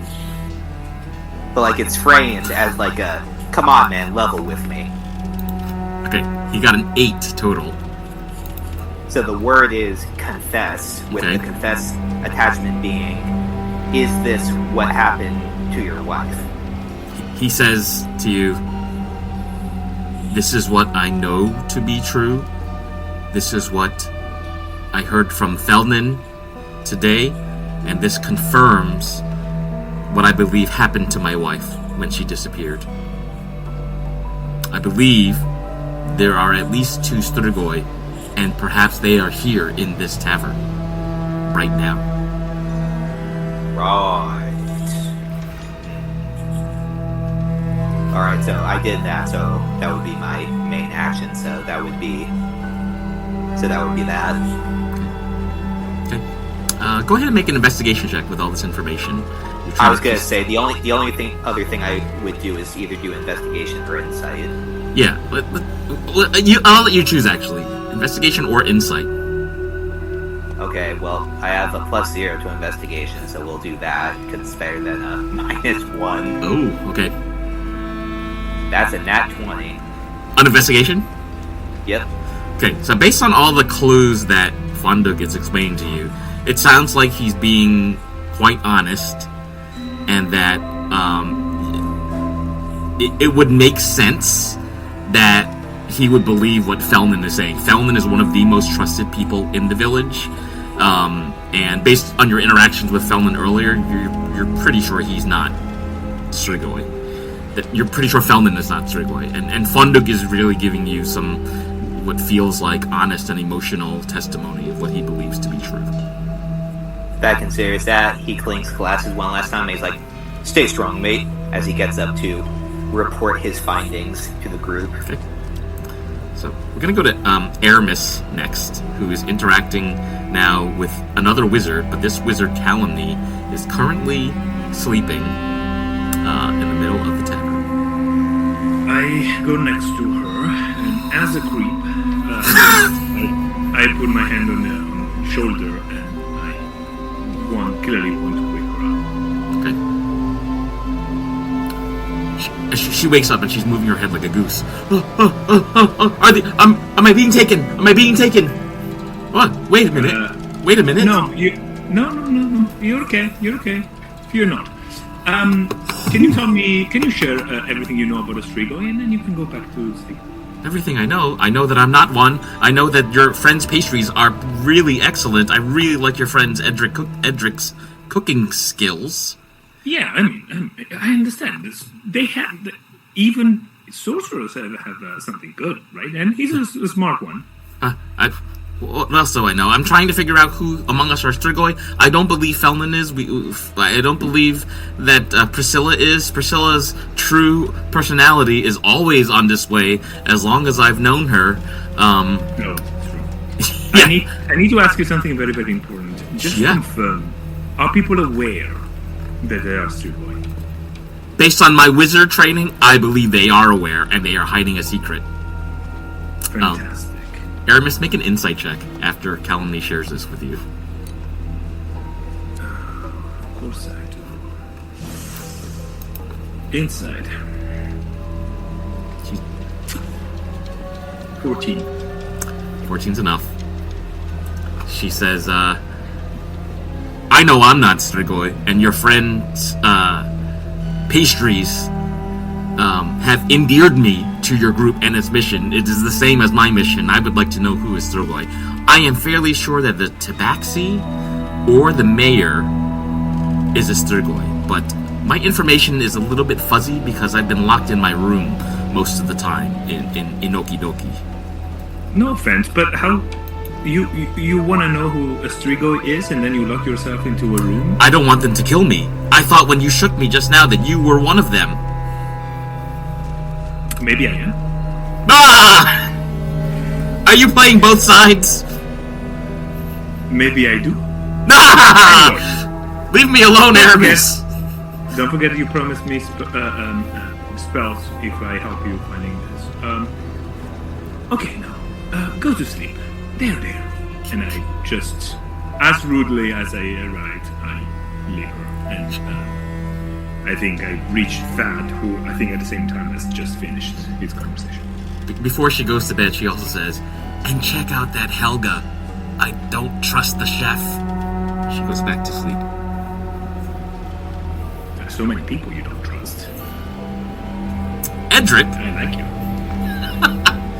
Edric is speaking to a very scared female tabaxi wearing dark green robes and a bra with like a diamond-shaped design. She's wearing a light green wool coat with a hood. She's carrying a mace and she looks extremely frightened. She has been sitting under the table pretty much the entire time that you've been here in the pub. And as you approach Edric, she kind of skitters back like a cat. Like she doesn't want to be touched or spoken to in this moment. But she calms down and looks in your direction and nods and says, Unfungo, tranquilla, pawpaw. Tranquilla, pawpaw. I say, Unfungo, Edric, Mithrin. And then I just ask, how she's doing, and I go, are you okay? How have you been doing? She's like licking her hands like a cat would lick its paws. Okay. And she says, I'm doing terrible. Absolutely terrible. Join the club.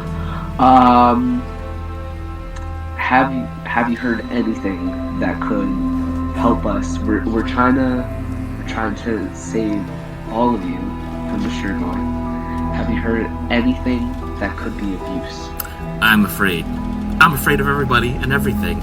I think the things in the kitchen, I think the jewelry that they're wearing are like false idols, false omens to something that I don't quite understand. This is nothing that a tabaxi like me would believe in, but Felnin told us about that spinning plate that you shot down earlier today. The plate was enthralling the moldy creatures, and I think there is something like this that the Strigoi have that the rest of us don't.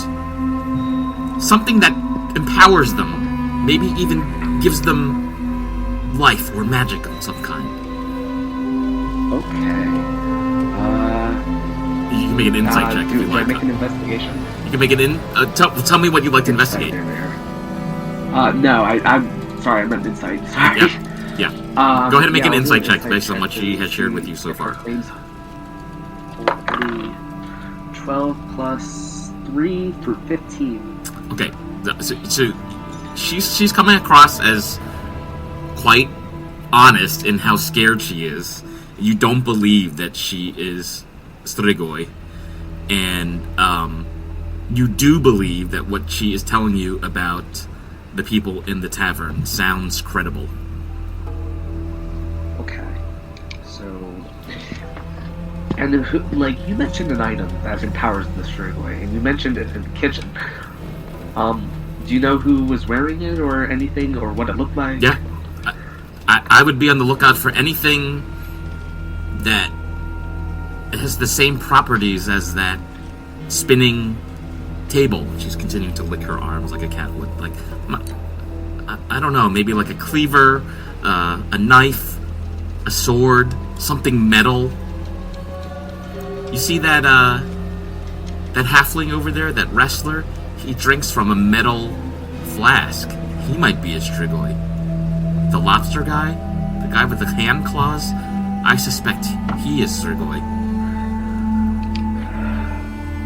All right. And one more thing. I can't remember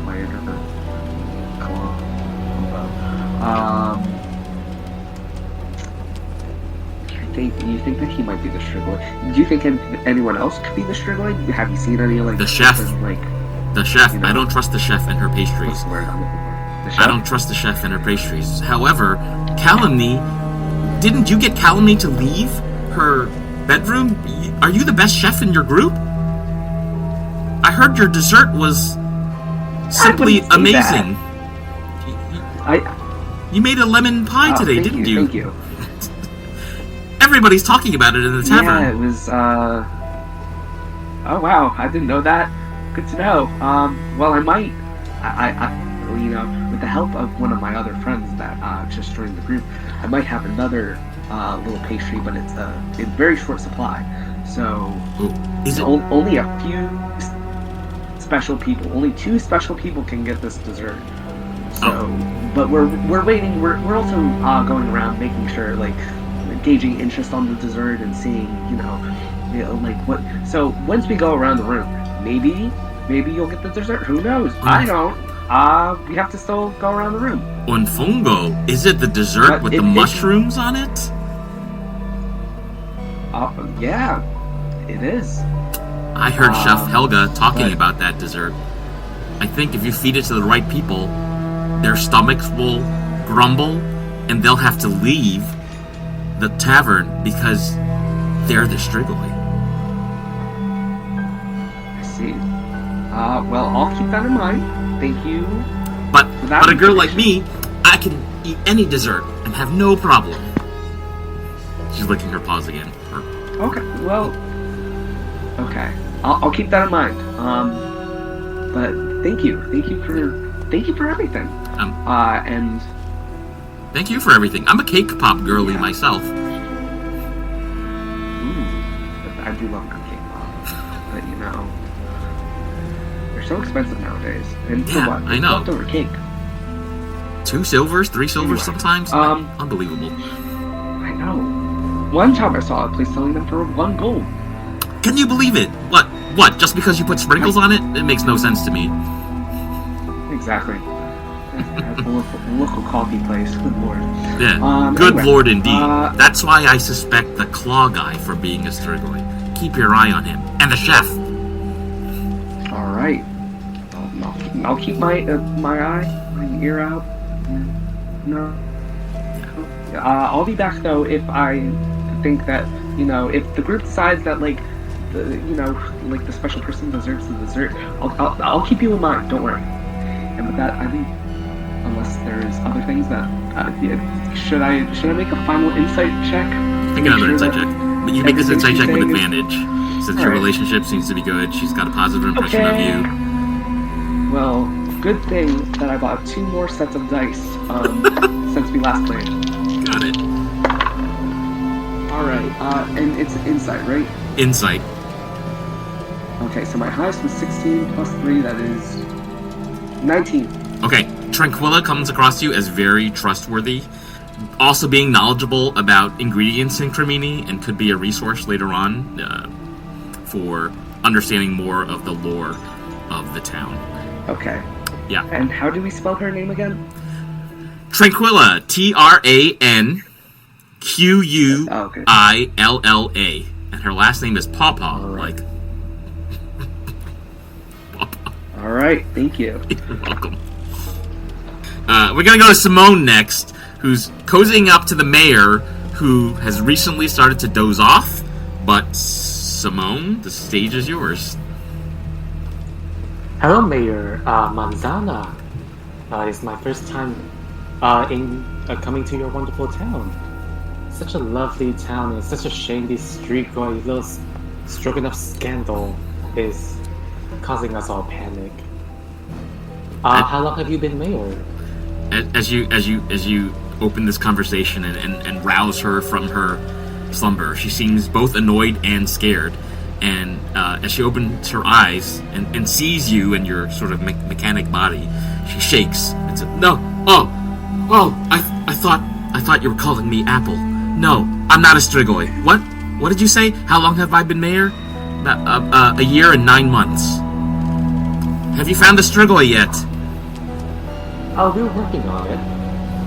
But in the meantime, can you tell me, when did you first hear about them?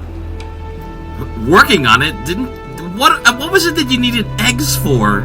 So close to sleeping time. I don't understand these adventurers these days. When did I first hear about them? I'm a long time resident of Cremini, Unfungo, by the way. This was a legend that we heard growing up, that the Strigoi would be summoned to help save the village in times of famine, in times of drought, to help sort of resurrect the crops. Yes, they would come to weed out the bad elements in our farms, but the Strigoi are not supposed to disappear people the way that we have seen. This is very unusual. And so in the past few days, people have been, in the morning, gone, and we don't know where they have disappeared to. So, I'm scared. I'm scared they're coming for me next. Do they have a reason to come after you? To come after me? I'm the mayor. I'm the most powerful woman in town. She kind of looks very proud when she tells this to you. Indeed. How did you become mayor? It's called an election. Oh. She grins. You have that around here. That's great. Yes, we do. It's Cremini. Can I do some sort of some D20 test to see if she's lying about like her backstory? Oh, go ahead and make an insight check. She's tightening her overcoat as you kind of investigating, having a closer look at her face to see if she's telling the truth or not. She's tightening up her clothing. She looks cold and scared. I rolled a 1. Yeah, you're not picking up anything else from her in the current moment. She's starting to get a little bit more nervous, and she says, "So, have you figured it out? Have you figured it out? Who's Strigoi among us?" Not yet, but we'll report to you before midnight. Well, I very much trust the chef. I believe the chef is very honest and would never harm this village. And she gives you a funny smile. Thank you. I do think she is fast asleep, so we'll alarm her if anything happens. And she holds up her palm and points a finger into her palm and says, "What do you think of that married couple? Priscilla and Gothalier?" I haven't talked to them. I'm supposed to deliver their pastries for their wedding, but seems like an on and off kind of couple. Do you trust them? Maybe I'll get to deliver. Like I said, I've not talked to them. Do you trust them? I'm not sure why they got together. They're not a very good fit for one another. And I think that one of them could be Strigoi. I see. Maybe I'll talk to them next. And then I leave the mayor alone. Stu is standing in the center of the room, preparing a spell, watching all of these interactions happen. What would Stu like to do in this moment? No one's really raised any alarm at this point. So I think I'll just continue to stand here, kind of sentinel sort of eyes watching, continuing to watch if alarm needs to be raised or if anything is suspect. I'm going to say, with all the passive conversation and noise that you were paying attention to while these things were taking place, could you make a perception check? 6. D&D Beyond is not like that name. With the 6, you feel like there is attention directed at the married couple, but you're just not sure which one of them to be more suspicious of. Makes sense. Yeah, I will continue to stand guard. Stu has been observing everything that's going on. Stu is a little confused about the fact that everyone is kind of returning from their conversations with the dessert fully intact. And Stu is very curious what information has been gathered in the past few minutes, as it is very close to midnight. That's this Fellman fella. I think he's not one of the Lemon demons, and I think the little distraught giant over there. I think he thinks he ain't a demon either. Yeah, I suspect the same about the wizard. She seems very interested to find out who they are, but although she did mention that she suspects something is off with Helga, the cook, I don't think, I also agree, I don't think it's the giant. That's peculiar. Why do you say that? That's peculiar. Because Tranquilla, the Tabaxi, woman Tabaxi woman, also mentioned Helga and the mayor, but Simone, you interviewed the mayor? Yeah, I don't know anymore. I thought that it could have been the mayor, but like I don't know it. After talking to her, I just don't think she is, and now she's suspecting one of the couples, and I don't really know them.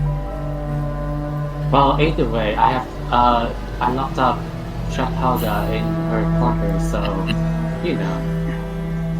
Yeah, if she's one of those creatures, though, I don't think the door is going to be a problem. There's a table. Oh, you locked. Oh, okay. Why? Okay. Sure. She made us. I'm tired of working for her. Oh, you quit. That's an extreme way of doing it, but I'm willing. Simone, can I ask you for a second the recipe? Mm-hmm. There it is. Matt, I get a piece of parchment and then use prestidigitation to copy recipe. Okay. So that I have a copy of that. You now have a copy of a recipe for Creminian Zabalione. It sounds delicious. Okay, I would say let's go talking with her now. Okay. Yeah, I mean, she's been in there for a while. Yeah, you are the one that impressed everybody apparently with your dessert. So why don't you serve her your dessert, Simone's dessert? Sure. Simone, you it says it was your. She hid that recipe away. Go ahead. I think you should pretend that you just know it. Don't ask how.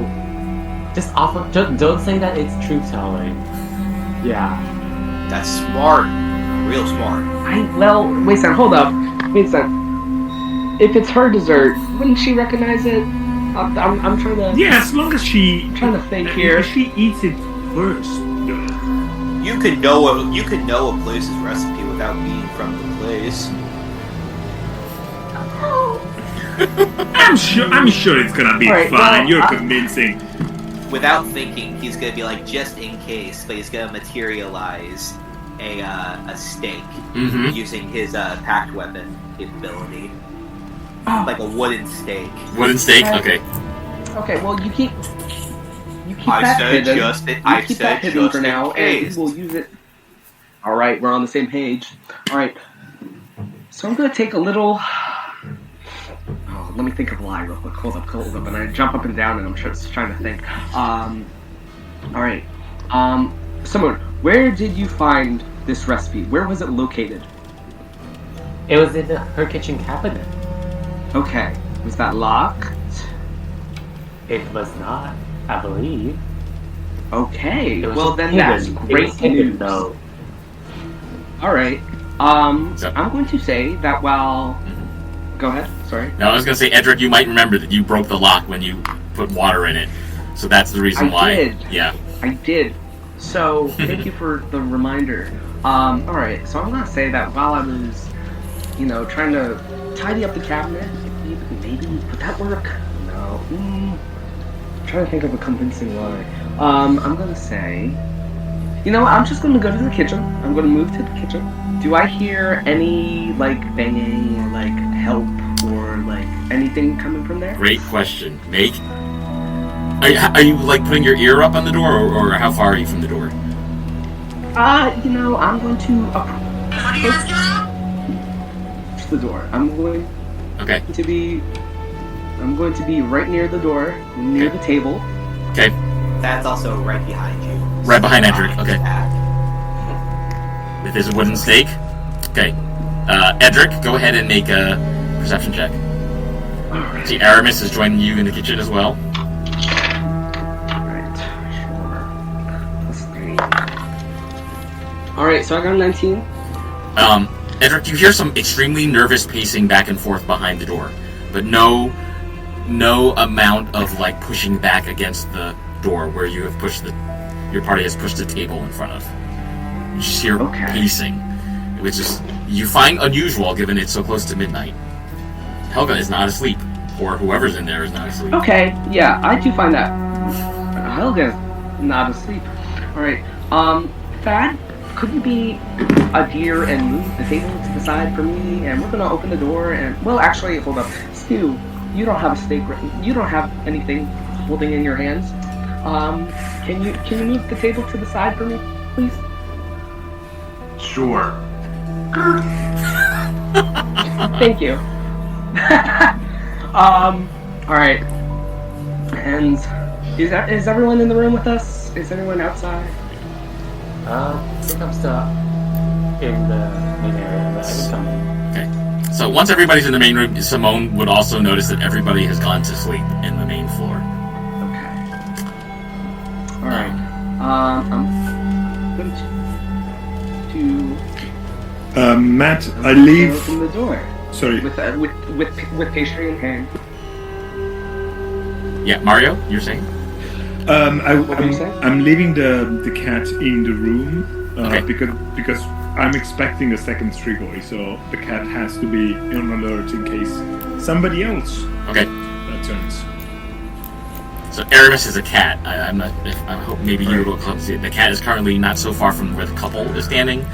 So Aramis is using the cat to kind of see if anything else is happening in the room. Alright. Table has been moved out of the way. Edric has got this pastry. I'm gonna open the door, pastry in hand, and be like, "Hello, Helga. How are you? I just realized that you've been kind of stuck in here. Are you doing okay?" As you motion towards the door and start to check on Helga, you notice that someone or something is holding the doorknob in place, and you can hear no more shuffling, but instead you hear Helga's voice behind the door saying, "My dear, it's not the Strigoi, is it? Who are you?" Oh well, I don't like that. I don't either. It's me, Edric. How much time do we have, by the way? Not much time. Can I Okay, just force open the door? Do a tug of war to force it open? That's Edric. Yeah, I move out of the way and I motion to Stu and Thad and be like, "Thad, can you open that?" Oh, yeah, no problem. That you are trying to turn the handle, and you notice that Helga or something is holding onto that handle from the inside. Yeah, they don't want this door open, mate. You want me to open it? They're very... Yeah, by any means necessary. Feel free to use... you're very big and strong. Use that to your advantage. Okay.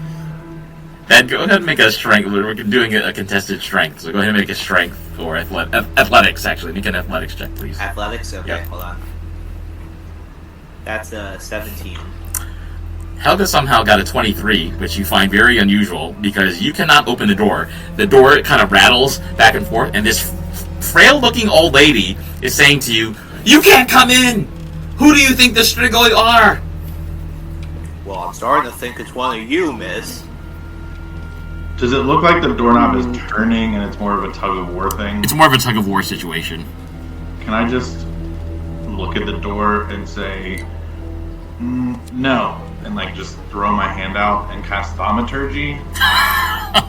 Is there a save against thaumaturgy? No.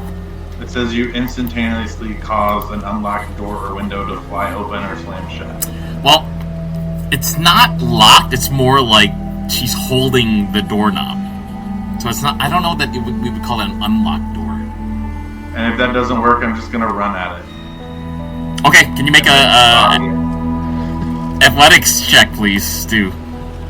Stu is busting in, pushing that out of the way. I'm gonna use my heroic inspiration. Okay. Do a little bit better, but not much. 13. Helga got a 23 again, which, so, the tug of war, I can imagine Stu's trying to bust in maybe with his shoulder or trying a different technique, and the door is stuck, and Helga is shouting back, "Who are the Strigoi?" Is this like... How tough is this door? It didn't seem that tough. I mean, maybe there's another way to break down the door. I was like, Helga, are you in danger? We can come and get you. And I'm not gonna wait. I'm just gonna start chopping the door down. Start chopping the door down? Yeah. You have to make an attack roll, I think, right? Yeah. Okay. Do it. Gotta look this up. Natural 1. Can I see Stu's lead and just take my hammer and try the same thing? Yeah, go for it. Make an attack roll. I'm gonna throw my stake to. I'm gonna give my stake to Edric, being like, "Here you go, mate." Give it to Edric. Okay. So I no longer am carrying the stake I conjured. So instead, I take out my warhammer, and so I'm just gonna try to knock gently on the door. You're trying to knock on the door with your hammer? I meant that as a joke. I'm just gonna swing with my hammer. Make an attack roll, please. I'm like, wait a second. That's a 6. But 6! I'm gonna use my heroic inspiration to try that again. That's another 6. Alright, with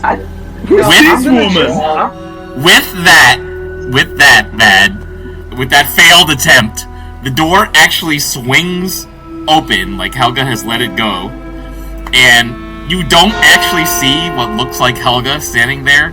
Instead, you see that whoever Helga was is now appearing in a different form.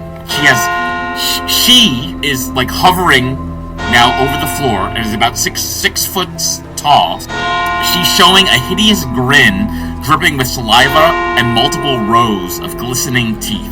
She has an enormous beard with multiple pointy tentacles that are dancing around like snakes, waiting to strike. Her eyes have turned into diagonal almond shapes and have a blinding yellow color, all set by her shiny black outfit and cape that she's wearing. You can now also see protruding from the top of her head is a dark-colored hat with a metal pole coming out from the top of her head, and on top, a very round, dense-looking ball that is attached to the top of her hat. This is a cake. Bloody hell. This ball on top of her head is like, do you know what funfetti is? It's like a pound cake with sprinkles on it. This round ball on top of her head is designed to look like a cake pop, and you believe Helga is what is known as a cake pop demon, and you are all cake pop demon hunters.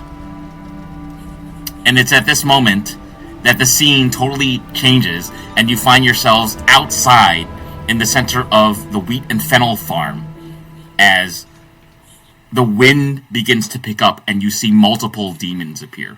So I'm going to take a moment to set the stage, as it were, as this pulsating, like, techno-pop music, happy, bouncy music starts playing from out of nowhere, and you see 3 figures that look exactly like Helga appear in the farm alongside me. So if you give me a moment, I'm going to move to the farm. I'm going to ask you also to make an initiative roll, please.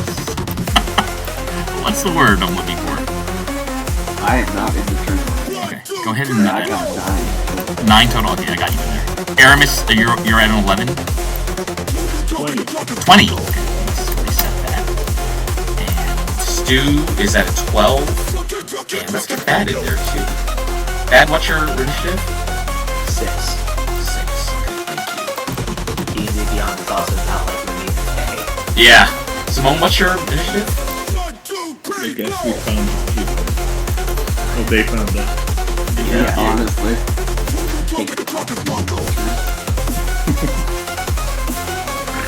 I still haven't seen the movie.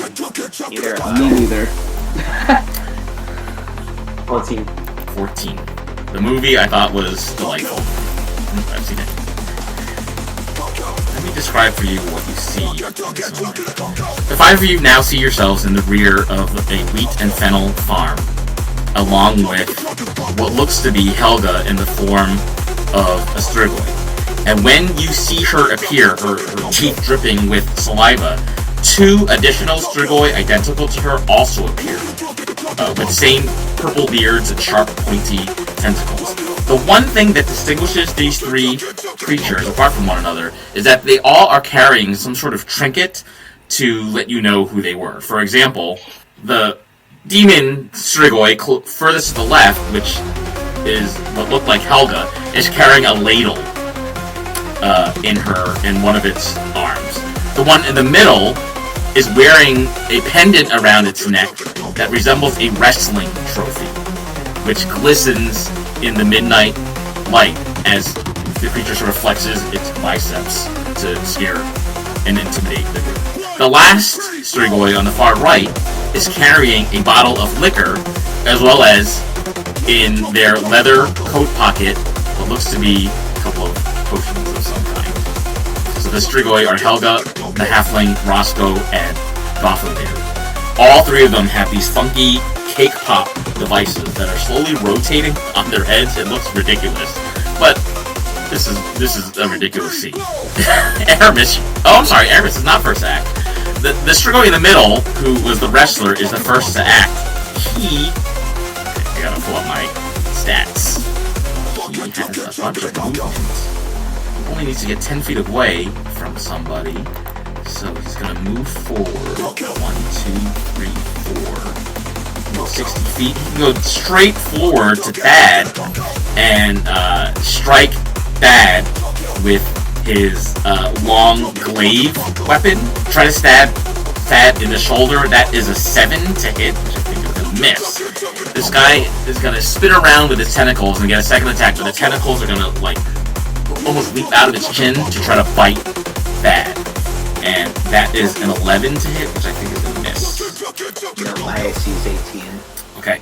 You're gonna notice when he kind of ends in front of Thad and misses, his like leather cape looks like it's flowing and billowing in the midnight air. It looks very menacing as he gets so close to you. You can see his rows of dripping teeth. Aramis, you are next to act. Okay, as customary, can I do a mechanic check to see if I know, now that I see them, if there's anything I can understand? Yeah. Go for it. Kind of like you're studying to see if you know some additional information. Yeah.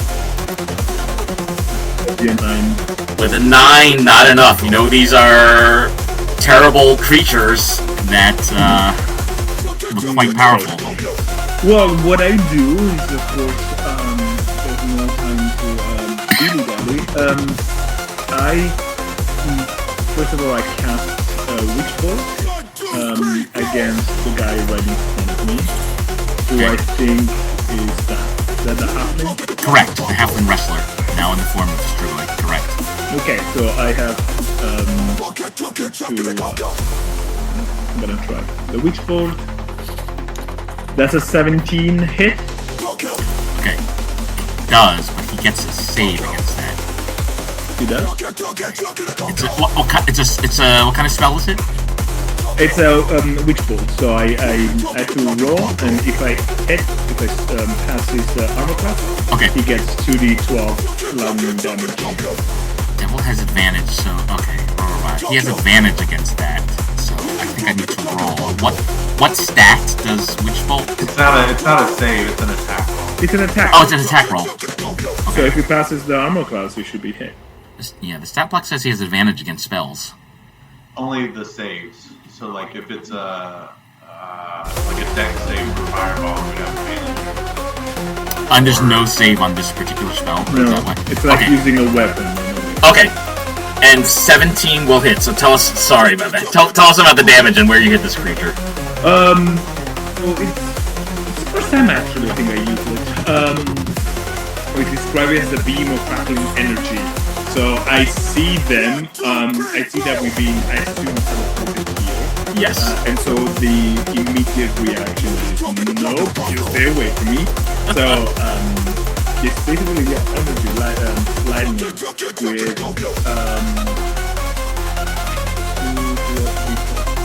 damage. 12 points of damage. Woo! Oh my goodness. Okay. And so what happens now is that this spell, basically the bolt stays. So next round, unless I lose concentration, for each subsequent turn, I can have a bonus action. I can use bonus action for an equal lightning attack to the target. Wow. And I don't have to roll it again. Okay. Wow. And then I move because I'm not stupid. And definitely, I would. We'll see about that. Do step. I mean, that's a big barbarian. So I'm gonna try to hide behind the barbarian. Okay. Is that the end of your turn then? That's it. Simone, you're up next. I'm gonna come up to the demon that's next to it, like facing Tat right now, and just attack with my trident, which looks like a giant ball. Okay. And that's turn. That's gonna hit. Tell us where you're aiming and what damage you do. I'm aiming in its face. Okay. For 3 damage. Okay. But if it doesn't hit, you have to do a save from mastery with the trident, and I can topple it. Okay, what's the stat? DC 11. On strength? Constitution saving throw. Constitution, okay, he has a +4 to that. You got a raw 7, so the total is 11. Does it hit? DC 11, so I guess. Yeah, so he was 11, you hit 11, so you hit. Oh. Right? So I mean, you have to I'm losing it. own condition now. No, since he met it, so I think it depends on. I do it where if it's a tie goes to the defender. Defender. So he defends against the effect of the attack. weapon. Okay, let's do that. Thank you for clarifying. I mean, if he gets the damage, it's not prone. But he's not prone. The damage is there. Okay, great. Thank you. Simone, do you have another bonus action or movement you want to do? No, actually. Just here. Next to act is what was Gothalier. He is going to rush forward. 1, 2, 3, 4, 5. We got 60 movement. He can get right to Simone and strike at Simone first with the tentacles protruding from his chin. 25 to hit. That is going to I think that's going to hit. 25. That is going to do 6 points of piercing damage. He's also carrying a glaive, which he's going to use to try to stab you. That is 18 to hit. What's your armor class? Mine's 20. Oh, the 18's going to miss. Okay, and at this moment, Simone, because you're now so close to this creature, it's at this moment that you can see the spinning, like, orb of cake on this character's head. It looks very unusual. The frosting... Unusual how? It's unusual because the frosting is really holding its shape. It looks extremely tasty, even in this moonlight view that you have, and you're very curious what it is and what it is doing. But it's rotating. It's gonna end its turn there. Stu, you're up next. Stu's going to look at the wizard behind him and say, wrong choice, buddy. So I'm not going to stand here. And I will first go into a rage. And as I do that, I'll just be like, we all know it's the candlestick maker doesn't matter, and the butcher's always better than the baker. So fuck you. And I'll just attack this guy. Right next to Simone. Go for it. I said that goblin. Okay. He was a goblin, right? Yeah, he was a not goblin, what's that thing called? Orc. Mm-hmm. So he might not understand that here. I will attack. Nope, that's a 9. No, a 9's gonna miss. Good try. I need to get my actual dice out. What else do you got, Stu? That's all. Stu, this is the closest now that you've gotten to a demon that looks like this, and you're also very sort of mystified at this rotating, funfetti orb of cake that looks kind of delicious. Helga is going to move forward. 25. Oh, hi, Edric. Let's attack Edric. First with the tentacles from her chin, it's a 16 to hit, and then with her glaive, it's a 27 to hit. Alright. Matt, Yes. can I jump in just to say that I'm using one of my portions, and the second attack it becomes a 4? Okay! Yes, we can do that. So only the 16 will hit. Thank you, Aramis. And I'm going to, let's see, one second, okay, I have one spell slot. I'm going to cast Shield. So As a reaction? my armor class, as a reaction, yes. And so I have a +5 bonus AC, so I'm at a 17, so both of them. Oh, neither hit! Edit my thing. Thank you, Brad. And yeah. And Edric now sees this orb of funfetti cake that is spinning around, looking delicious with its frosting and little sprinkles coming out. All 3 of the demons are now very close to the party, and Edric, because of this interaction that's just occurred, you can now see that they're all kind of like moving their like arms and chests like they're doing some choreography that's the same as one another. Bonus action? That was the Yeah, it's my turn. Yeah, so the Strigoi is now ending its turn. It's now Edric's turn. What would you like to do? Yay. So you... I should have written this down first. A ladle, and then what were their items? A ladle, a wrestling trophy, and a bottle of liquor. Thank you. Is the bottle of liquor made out of metal? Mm-hmm. It looks like it is. Okay. Right. Can I cast Magic Missile? And for each dart, I'm going to have one dart go to the ladle, one dart go to the trophy, and one dart go to the liquor. Aha! And see if that does anything. Okay, go for it. Alright, so, 1d4 plus 20, so let's see. So for the first dart, that's going to the ladle. Mm-hmm. That does 3 damage. Mm-hmm. The second dart, that goes to the trophy, does 3 damage. Mm-hmm. See if I get another 2. And the third dart, that's 4 damage. Just to spice things up a bit. Edric, as you hit all of the trinkets these characters are carrying, could you make an Arcana or Perception check, please? Let's do a perception check.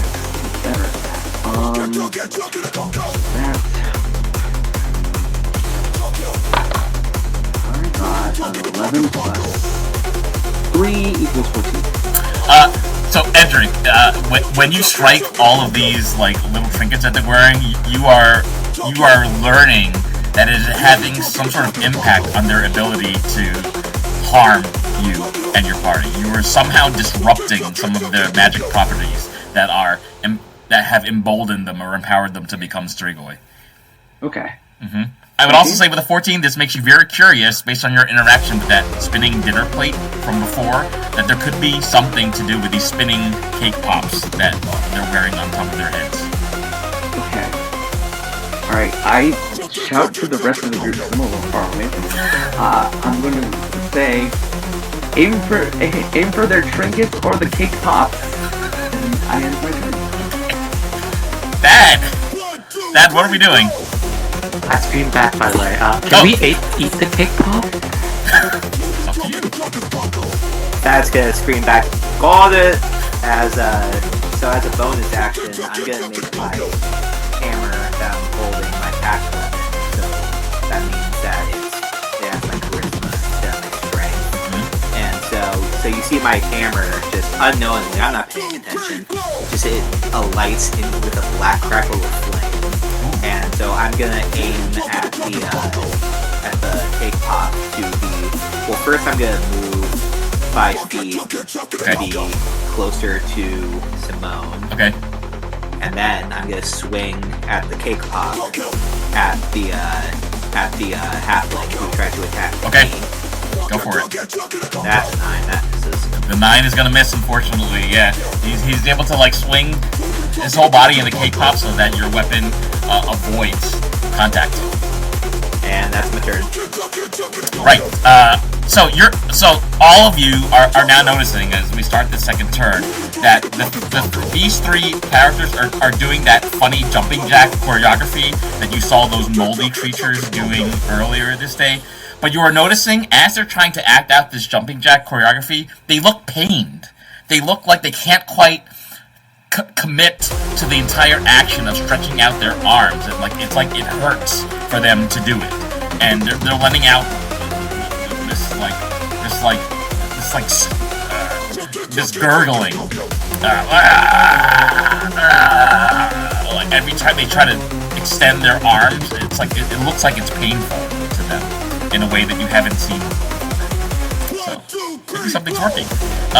This halfling that is now Strigoi is going to strike at Thad.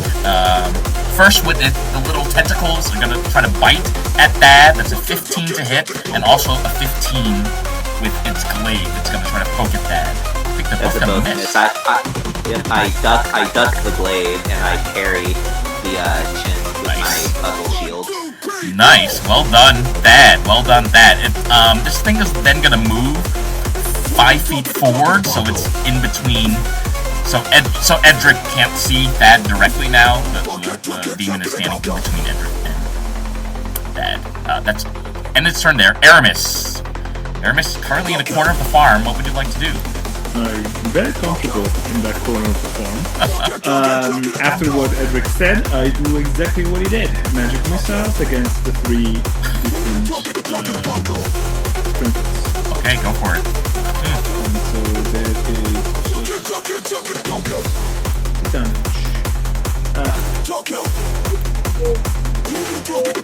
2 for the wrestler, 4 against the third guy.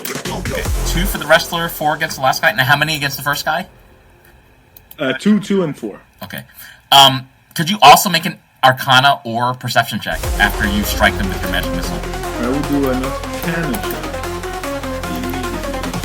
So that's for perception. No, that's intelligence.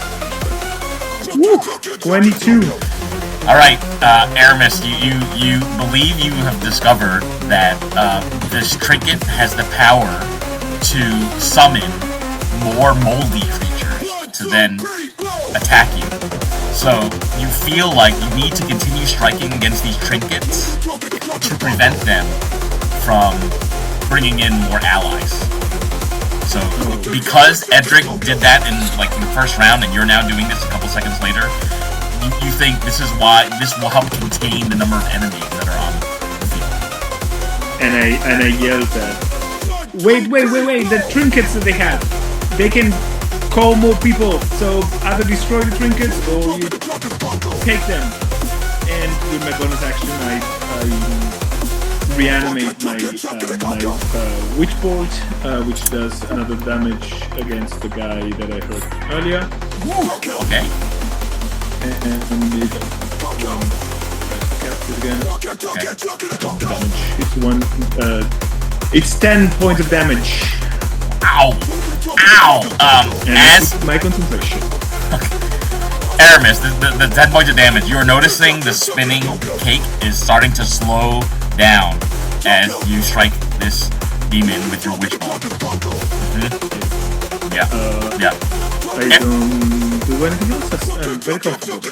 So just a point, especially for the newcomers. Aramis would understand, based on his interaction with this idol that was like a spinning plate, that these things slowing down probably means their energy is being drained. Alright, Aramis is going to stand there at the end of his turn. Next to act is Simone. What would you like to do? I'm coming up with demon with the wrestler necklace first. The guy right in front of you is the one with the liquor bottle. The metal flask. And what about the one attacking that? That's the one with the wrestling trinket, yeah. Yeah, I'll attack that one with my...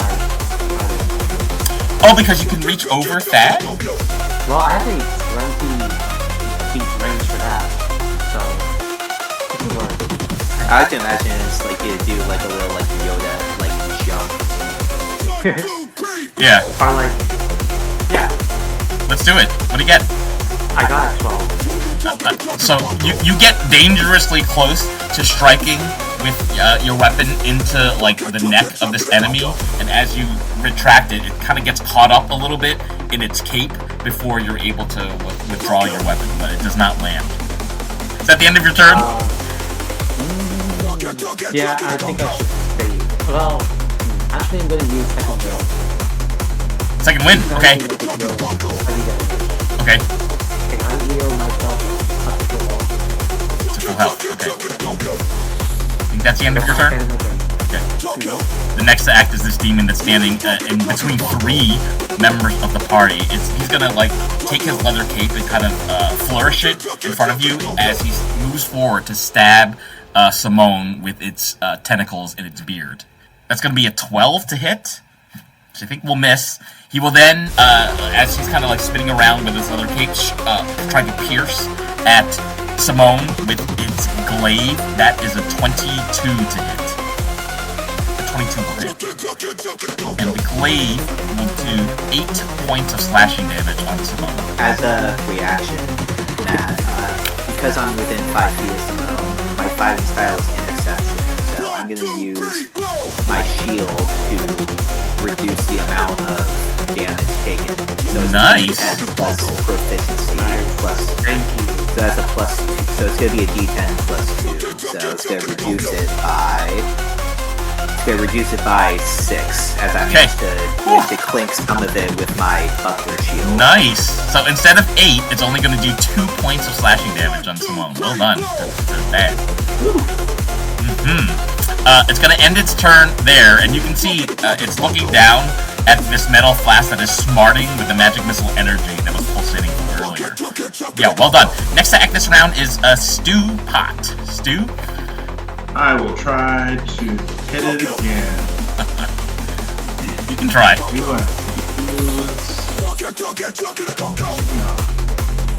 Okay. 21 to hit. Yeah, that hits. 15 damage. 15. Tell us how and where you hurt this creature. 15 points. Not 15. Oh, 15. Yeah, I gotcha. Yeah. Okay. Or 50, whichever. Watching the magic people do their magic thing, I'm like, I don't need to do that. And so I'll hit the cake pop, spinny top on this guy. Stu, as you knock the cake pop off the top of this creature's head. They all shriek, "Ah!" And like a huge chunk of the cake pop falls onto the floor below. Could you also make an Arcana or Perception check in this moment? The cake lands on the floor in front of you and kind of like crumbles into a pile of frosting and pound cake. 16 perception. 16. It strangely looks delicious. You realize in this moment that you have knocked out its ability to perform some sort of additional attack on the party by taking out the cake pop. So yeah, I will just look at it and be like, nobody really likes dessert. Just smush the cake into the ground a little bit more. Ooh. Okay. And that's it. I'll stand there. Alright, that's the end of Stu's turn. Next to act is this demon that's right in front of Edric. It's also going to strike at Edric, both with its tentacles from its beard, which is a 7 to hit, which is going to miss as Edric like kind of moves out of the way. But with its glaive, will try to pierce Edric as a 21 to hit. Okay, so it's going to do 8 points of slashing damage, and so I made a mistake earlier, but I'm going to do it correctly this time. And I need you to make a Constitution save. With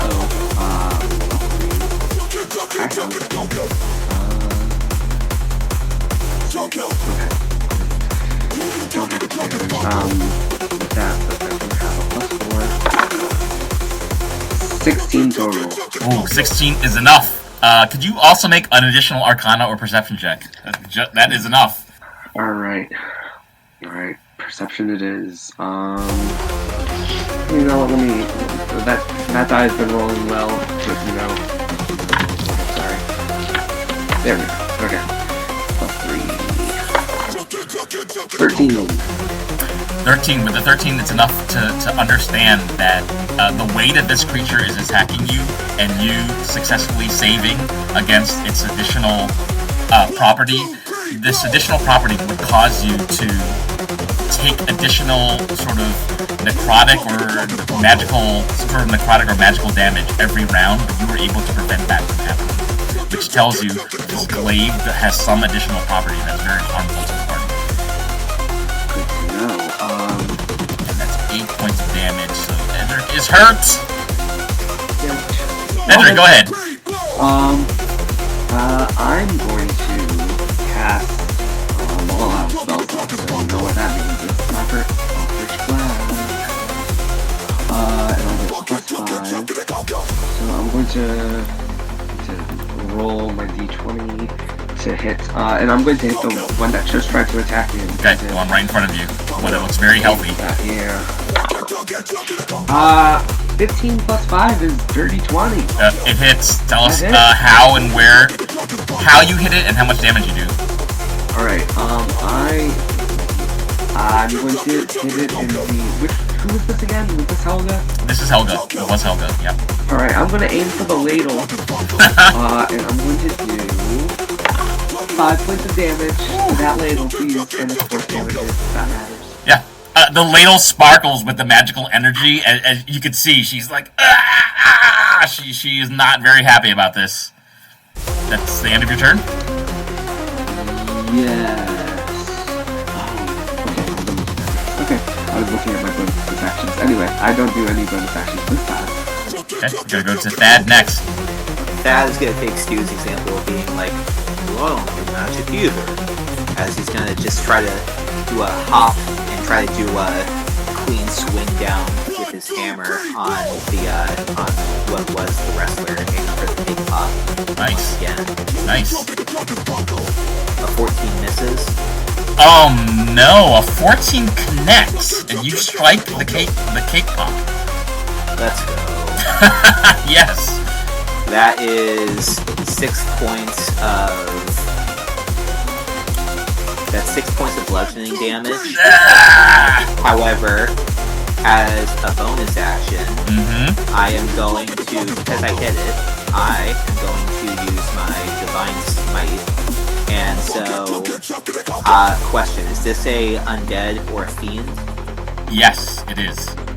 So, because it's an undead or a fiend, it deals an extra 3 2d8 radiant damage. Oh my goodness. Okay. So I'm gonna roll for 3d8. that. Woo. So the first 2d8 is an 8, and then let me roll the additional Okay. d8. So that's a total of 14 additional radiant damage. As what you see is that just do a clean whoop, and it's a clean swing down, but instead of just swinging down, a latent effect of the hammer, it crackles with the same black energy, and it just goes as it implodes Amazing. around the creature. With this strike and the radiant damage, the cake pop falls to the ground, and you can see it is almost dead. It's breathing its last bit of energy. It's breathing like hot air in your direction, Thad. Thad, you almost killed this demon. One tough thing. Fantastic. This is probably going to be our last round for today, but the next to act is going to be the one that you just hit, and it's going to use all its might to strike you, Thad, because you just try to get him. It's going to strike you first with its beard tentacles, and then try to strike you with its blade. And it's going to be an 18 and a 19 to hit. So with the 18, if you're using that on the defender, that would miss. Okay. But the 19 will hit. The 19 is the second weapon. That's going to do 8 points of slashing damage, and I need you to make a Constitution save. Okay. That's a 9 for the con save. Could you make a Perception or Medicine check? Okay, so you failed the save. 11 medicine. 11, okay. It's not enough. You're not quite sure what this wound is, but as it strikes you with this weapon, you notice an additional effect. It has this it feels like icy hot sensation. It's not necrotic damage, it's not fire damage, but it's something that is deeply painful, but it's not deeply painful in the current moment, which makes you worry that it's gonna hurt you later on. Would it remind Thad of the time he was fighting the spiders? Make an additional wisdom check. Oh boy. Great question. That is a great question. So for those of you joining us, Thad was poisoned pretty heavily by some spiders not too long ago. That's how I became a warlock. Origin story. That's an 8. Yeah, with an 8, it does not remind you of the spiders, which makes you feel like a target for different kinds of horrible damage from all kinds of creatures. Well, I don't like that. It's actually going to end its turn by moving back 5 feet, so it's standing next to its ally. And you can see it is trying to do some choreography, but it's so painful because he's almost dead and you've knocked off his cake pop. He is like trying to stretch his arms and do like sort of a jumping jack choreography, and it's not connecting. That's the end of its turn. Aramis, you are next to act. What would you like to do? I'm very comfortable there. Actually, again, I have my beautiful boat, and I activate the damage again against the guy that is almost dead. Let's see if I'm able to get rid of them. Actually, you know what? Yeah. I'm gonna use more of inspiration now and use it. Yeah. Have it. Reroll this. Okay. Let's see if I go with 1 again. Oh no! This time it's a 7. Aramis, tell us how you murder this demon with your magic. I see that he moves. I'm like, you're going nowhere. And I basically use this, because it creates like an arc made of electricity, I basically use it as a whip. So that it gets it. Basically, the idea is that going for the pop and take it away, using that as a whip.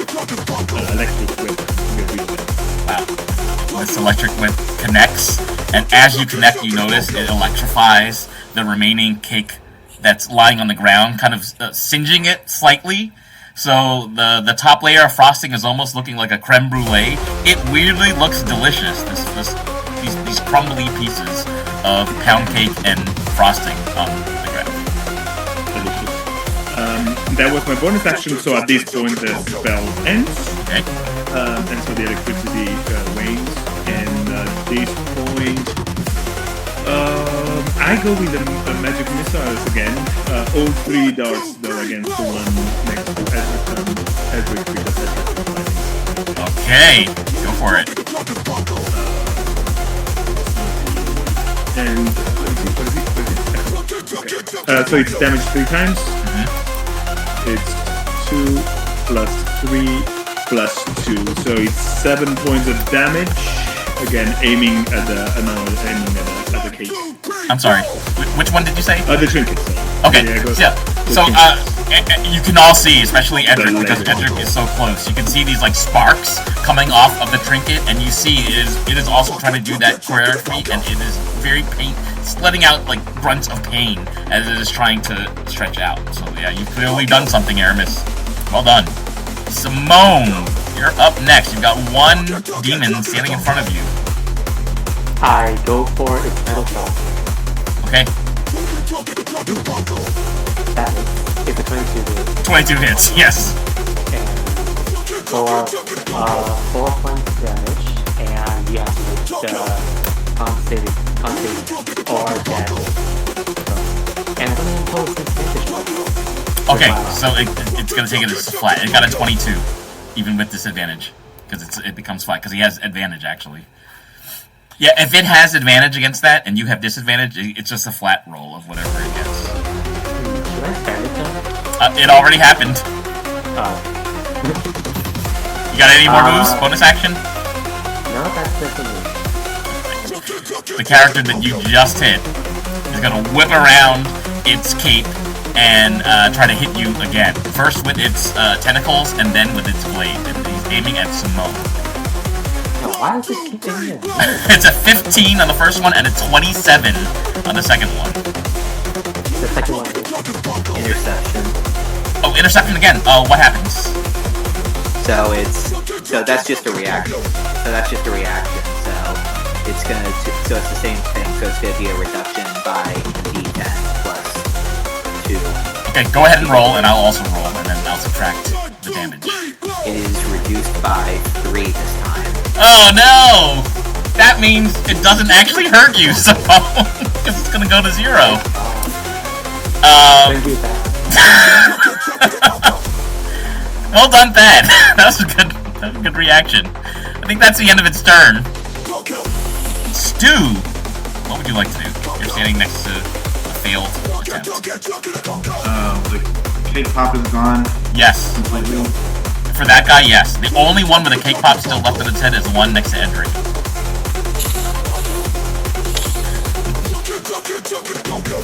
I'm going to look around and be like, you've got this. And I'm going to move to this guy. Does it trigger an opportunity attack? Probably, unless you don't want to. It's your choice, technically. 6 plus 7 is 13 total. 13 to hit. My armor class is 13. So it depends on how you're playing. Yeah, I think it hits then. I've become confused. I was never confused about this before, but now I'm confused about this. I think it's like a house rule thing of how you like to handle ties, of whether a tie goes to the attacker or the defender. Okay, I might have to think this through after today's session, because I got confused a little bit earlier. If you want to play it consistently with how we've been doing with this fight, it would be that he doesn't get hit, because you allowed me to have the tie because I was the defender or something. Okay.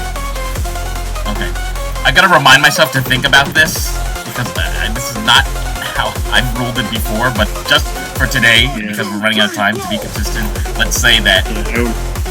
I also think that the book says that you have to equal the armor class, equal or surpass the armor class. That's really fun. But it's worth... it's what I do. So it depends on that. I think you would have to go at position 20. Yeah, I have to think this through. Like, if it's 15 to hit, and that's your armor class, and I get a 15, the attacker... Otherwise, yeah, it feels like your armor class is higher than the number that you actually get. Yeah. So, because we're running out of time, let's rule that... Who was he attacking? Me. Stu, you got a reprieve in this moment. Can't catch me. I'm the butcher. I'm going to aim for this kid. Okay, go for it. 23 to hit. Yeah, that hits. 16 damage. 16 damage? Yeah. I rolled an 11. Okay. Tell us where you're aiming. I'm just swinging at the cake pop. It's like a straight line with your weapon as it like cleaves the cake pop and it falls with a plop onto the ground below. The frosting is like falling apart into beautiful pieces. What else would you like to do? This is Chef Helga. Yeah, this is Chef Helga. As I destroy her cake pop, I'm just like, mushrooms aren't meat. And that's all I got. Amazing. Chef Helga, her cake is on the ground. That's the end of Stu's turn. We're gonna go to Chef Helga, actually. He's in between Edric and Stu, and she's gonna attack Edric, unfortunately. With both her beard and her glaive. So Edric, it's gonna be a 9, and then a 17. 17 will hit. 17 will hit. You can take 8 points of piercing damage. And I need you to make another Constitution save. So you're down to 5 hit points. You're gonna need. Alright. Alright, so I got a nat 1 plus 4, 5, but I got a nat 1, so I don't know what that means for a save. That means you did not save, and that means something's gonna happen at the start of the next round. Alright. I put a little asterisk. I think that's gonna happen to Thad as well. You're gonna find out in the next session. Edric, you get a turn, though, before the end of today. Alright, I'm going to use my Font of Magic to convert my 2 sorcery points into a level 1 spell slot as a bonus action. Okay. And then, I'm going to use my level 1 spell slot to,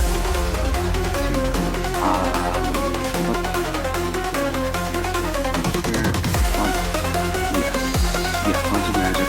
So now I'm just going to cast Magic Missile, and I'm going to have all 3 of them go to Helga, because she's really irking me right now. Alright, and the first missile is 5, second one is 3, Okay. and then the last one is also 3, so 11. yeah, 11 points total. Tell us where you're aiming. Oh, I'm aiming for that ladle. It hits, the sparks come off, and you can see she's trying to do that, like, jumping jack choreography. It's not working, and she's groaning in pain. She's almost dead as a result of your magic missile. Yeah. Right. Bad. You were last to act today. Question, is the wrestler Strugoi still alive? The rest... No. He looks like he's dead. His Okay. body is lying in the pile next to Cake. Okay. Alright, in that case, so first, I'm gonna go with the icy feeling and be like... As I do a firm spell, I'm gonna use my last 5 tools of lay on hands to do purified poison, to try to, like, get that feeling to go away. Okay. It works. It works. Give me a medicine check. 12. Oh, so you realize that however it wounded you was about to cause more damage, but your purify sort of action has countered that potential damage, and you're not hurt in an additional way by that wound this round. He's gonna go, stay still and rally for every time, as he goes to now swing at the remaining demon that's by him. Go for it. And as you're swinging, you notice that there's no, like, unusual color to the wound anymore. It looks like it no longer has that magical effect on you. That 8 misses. Anything else this round?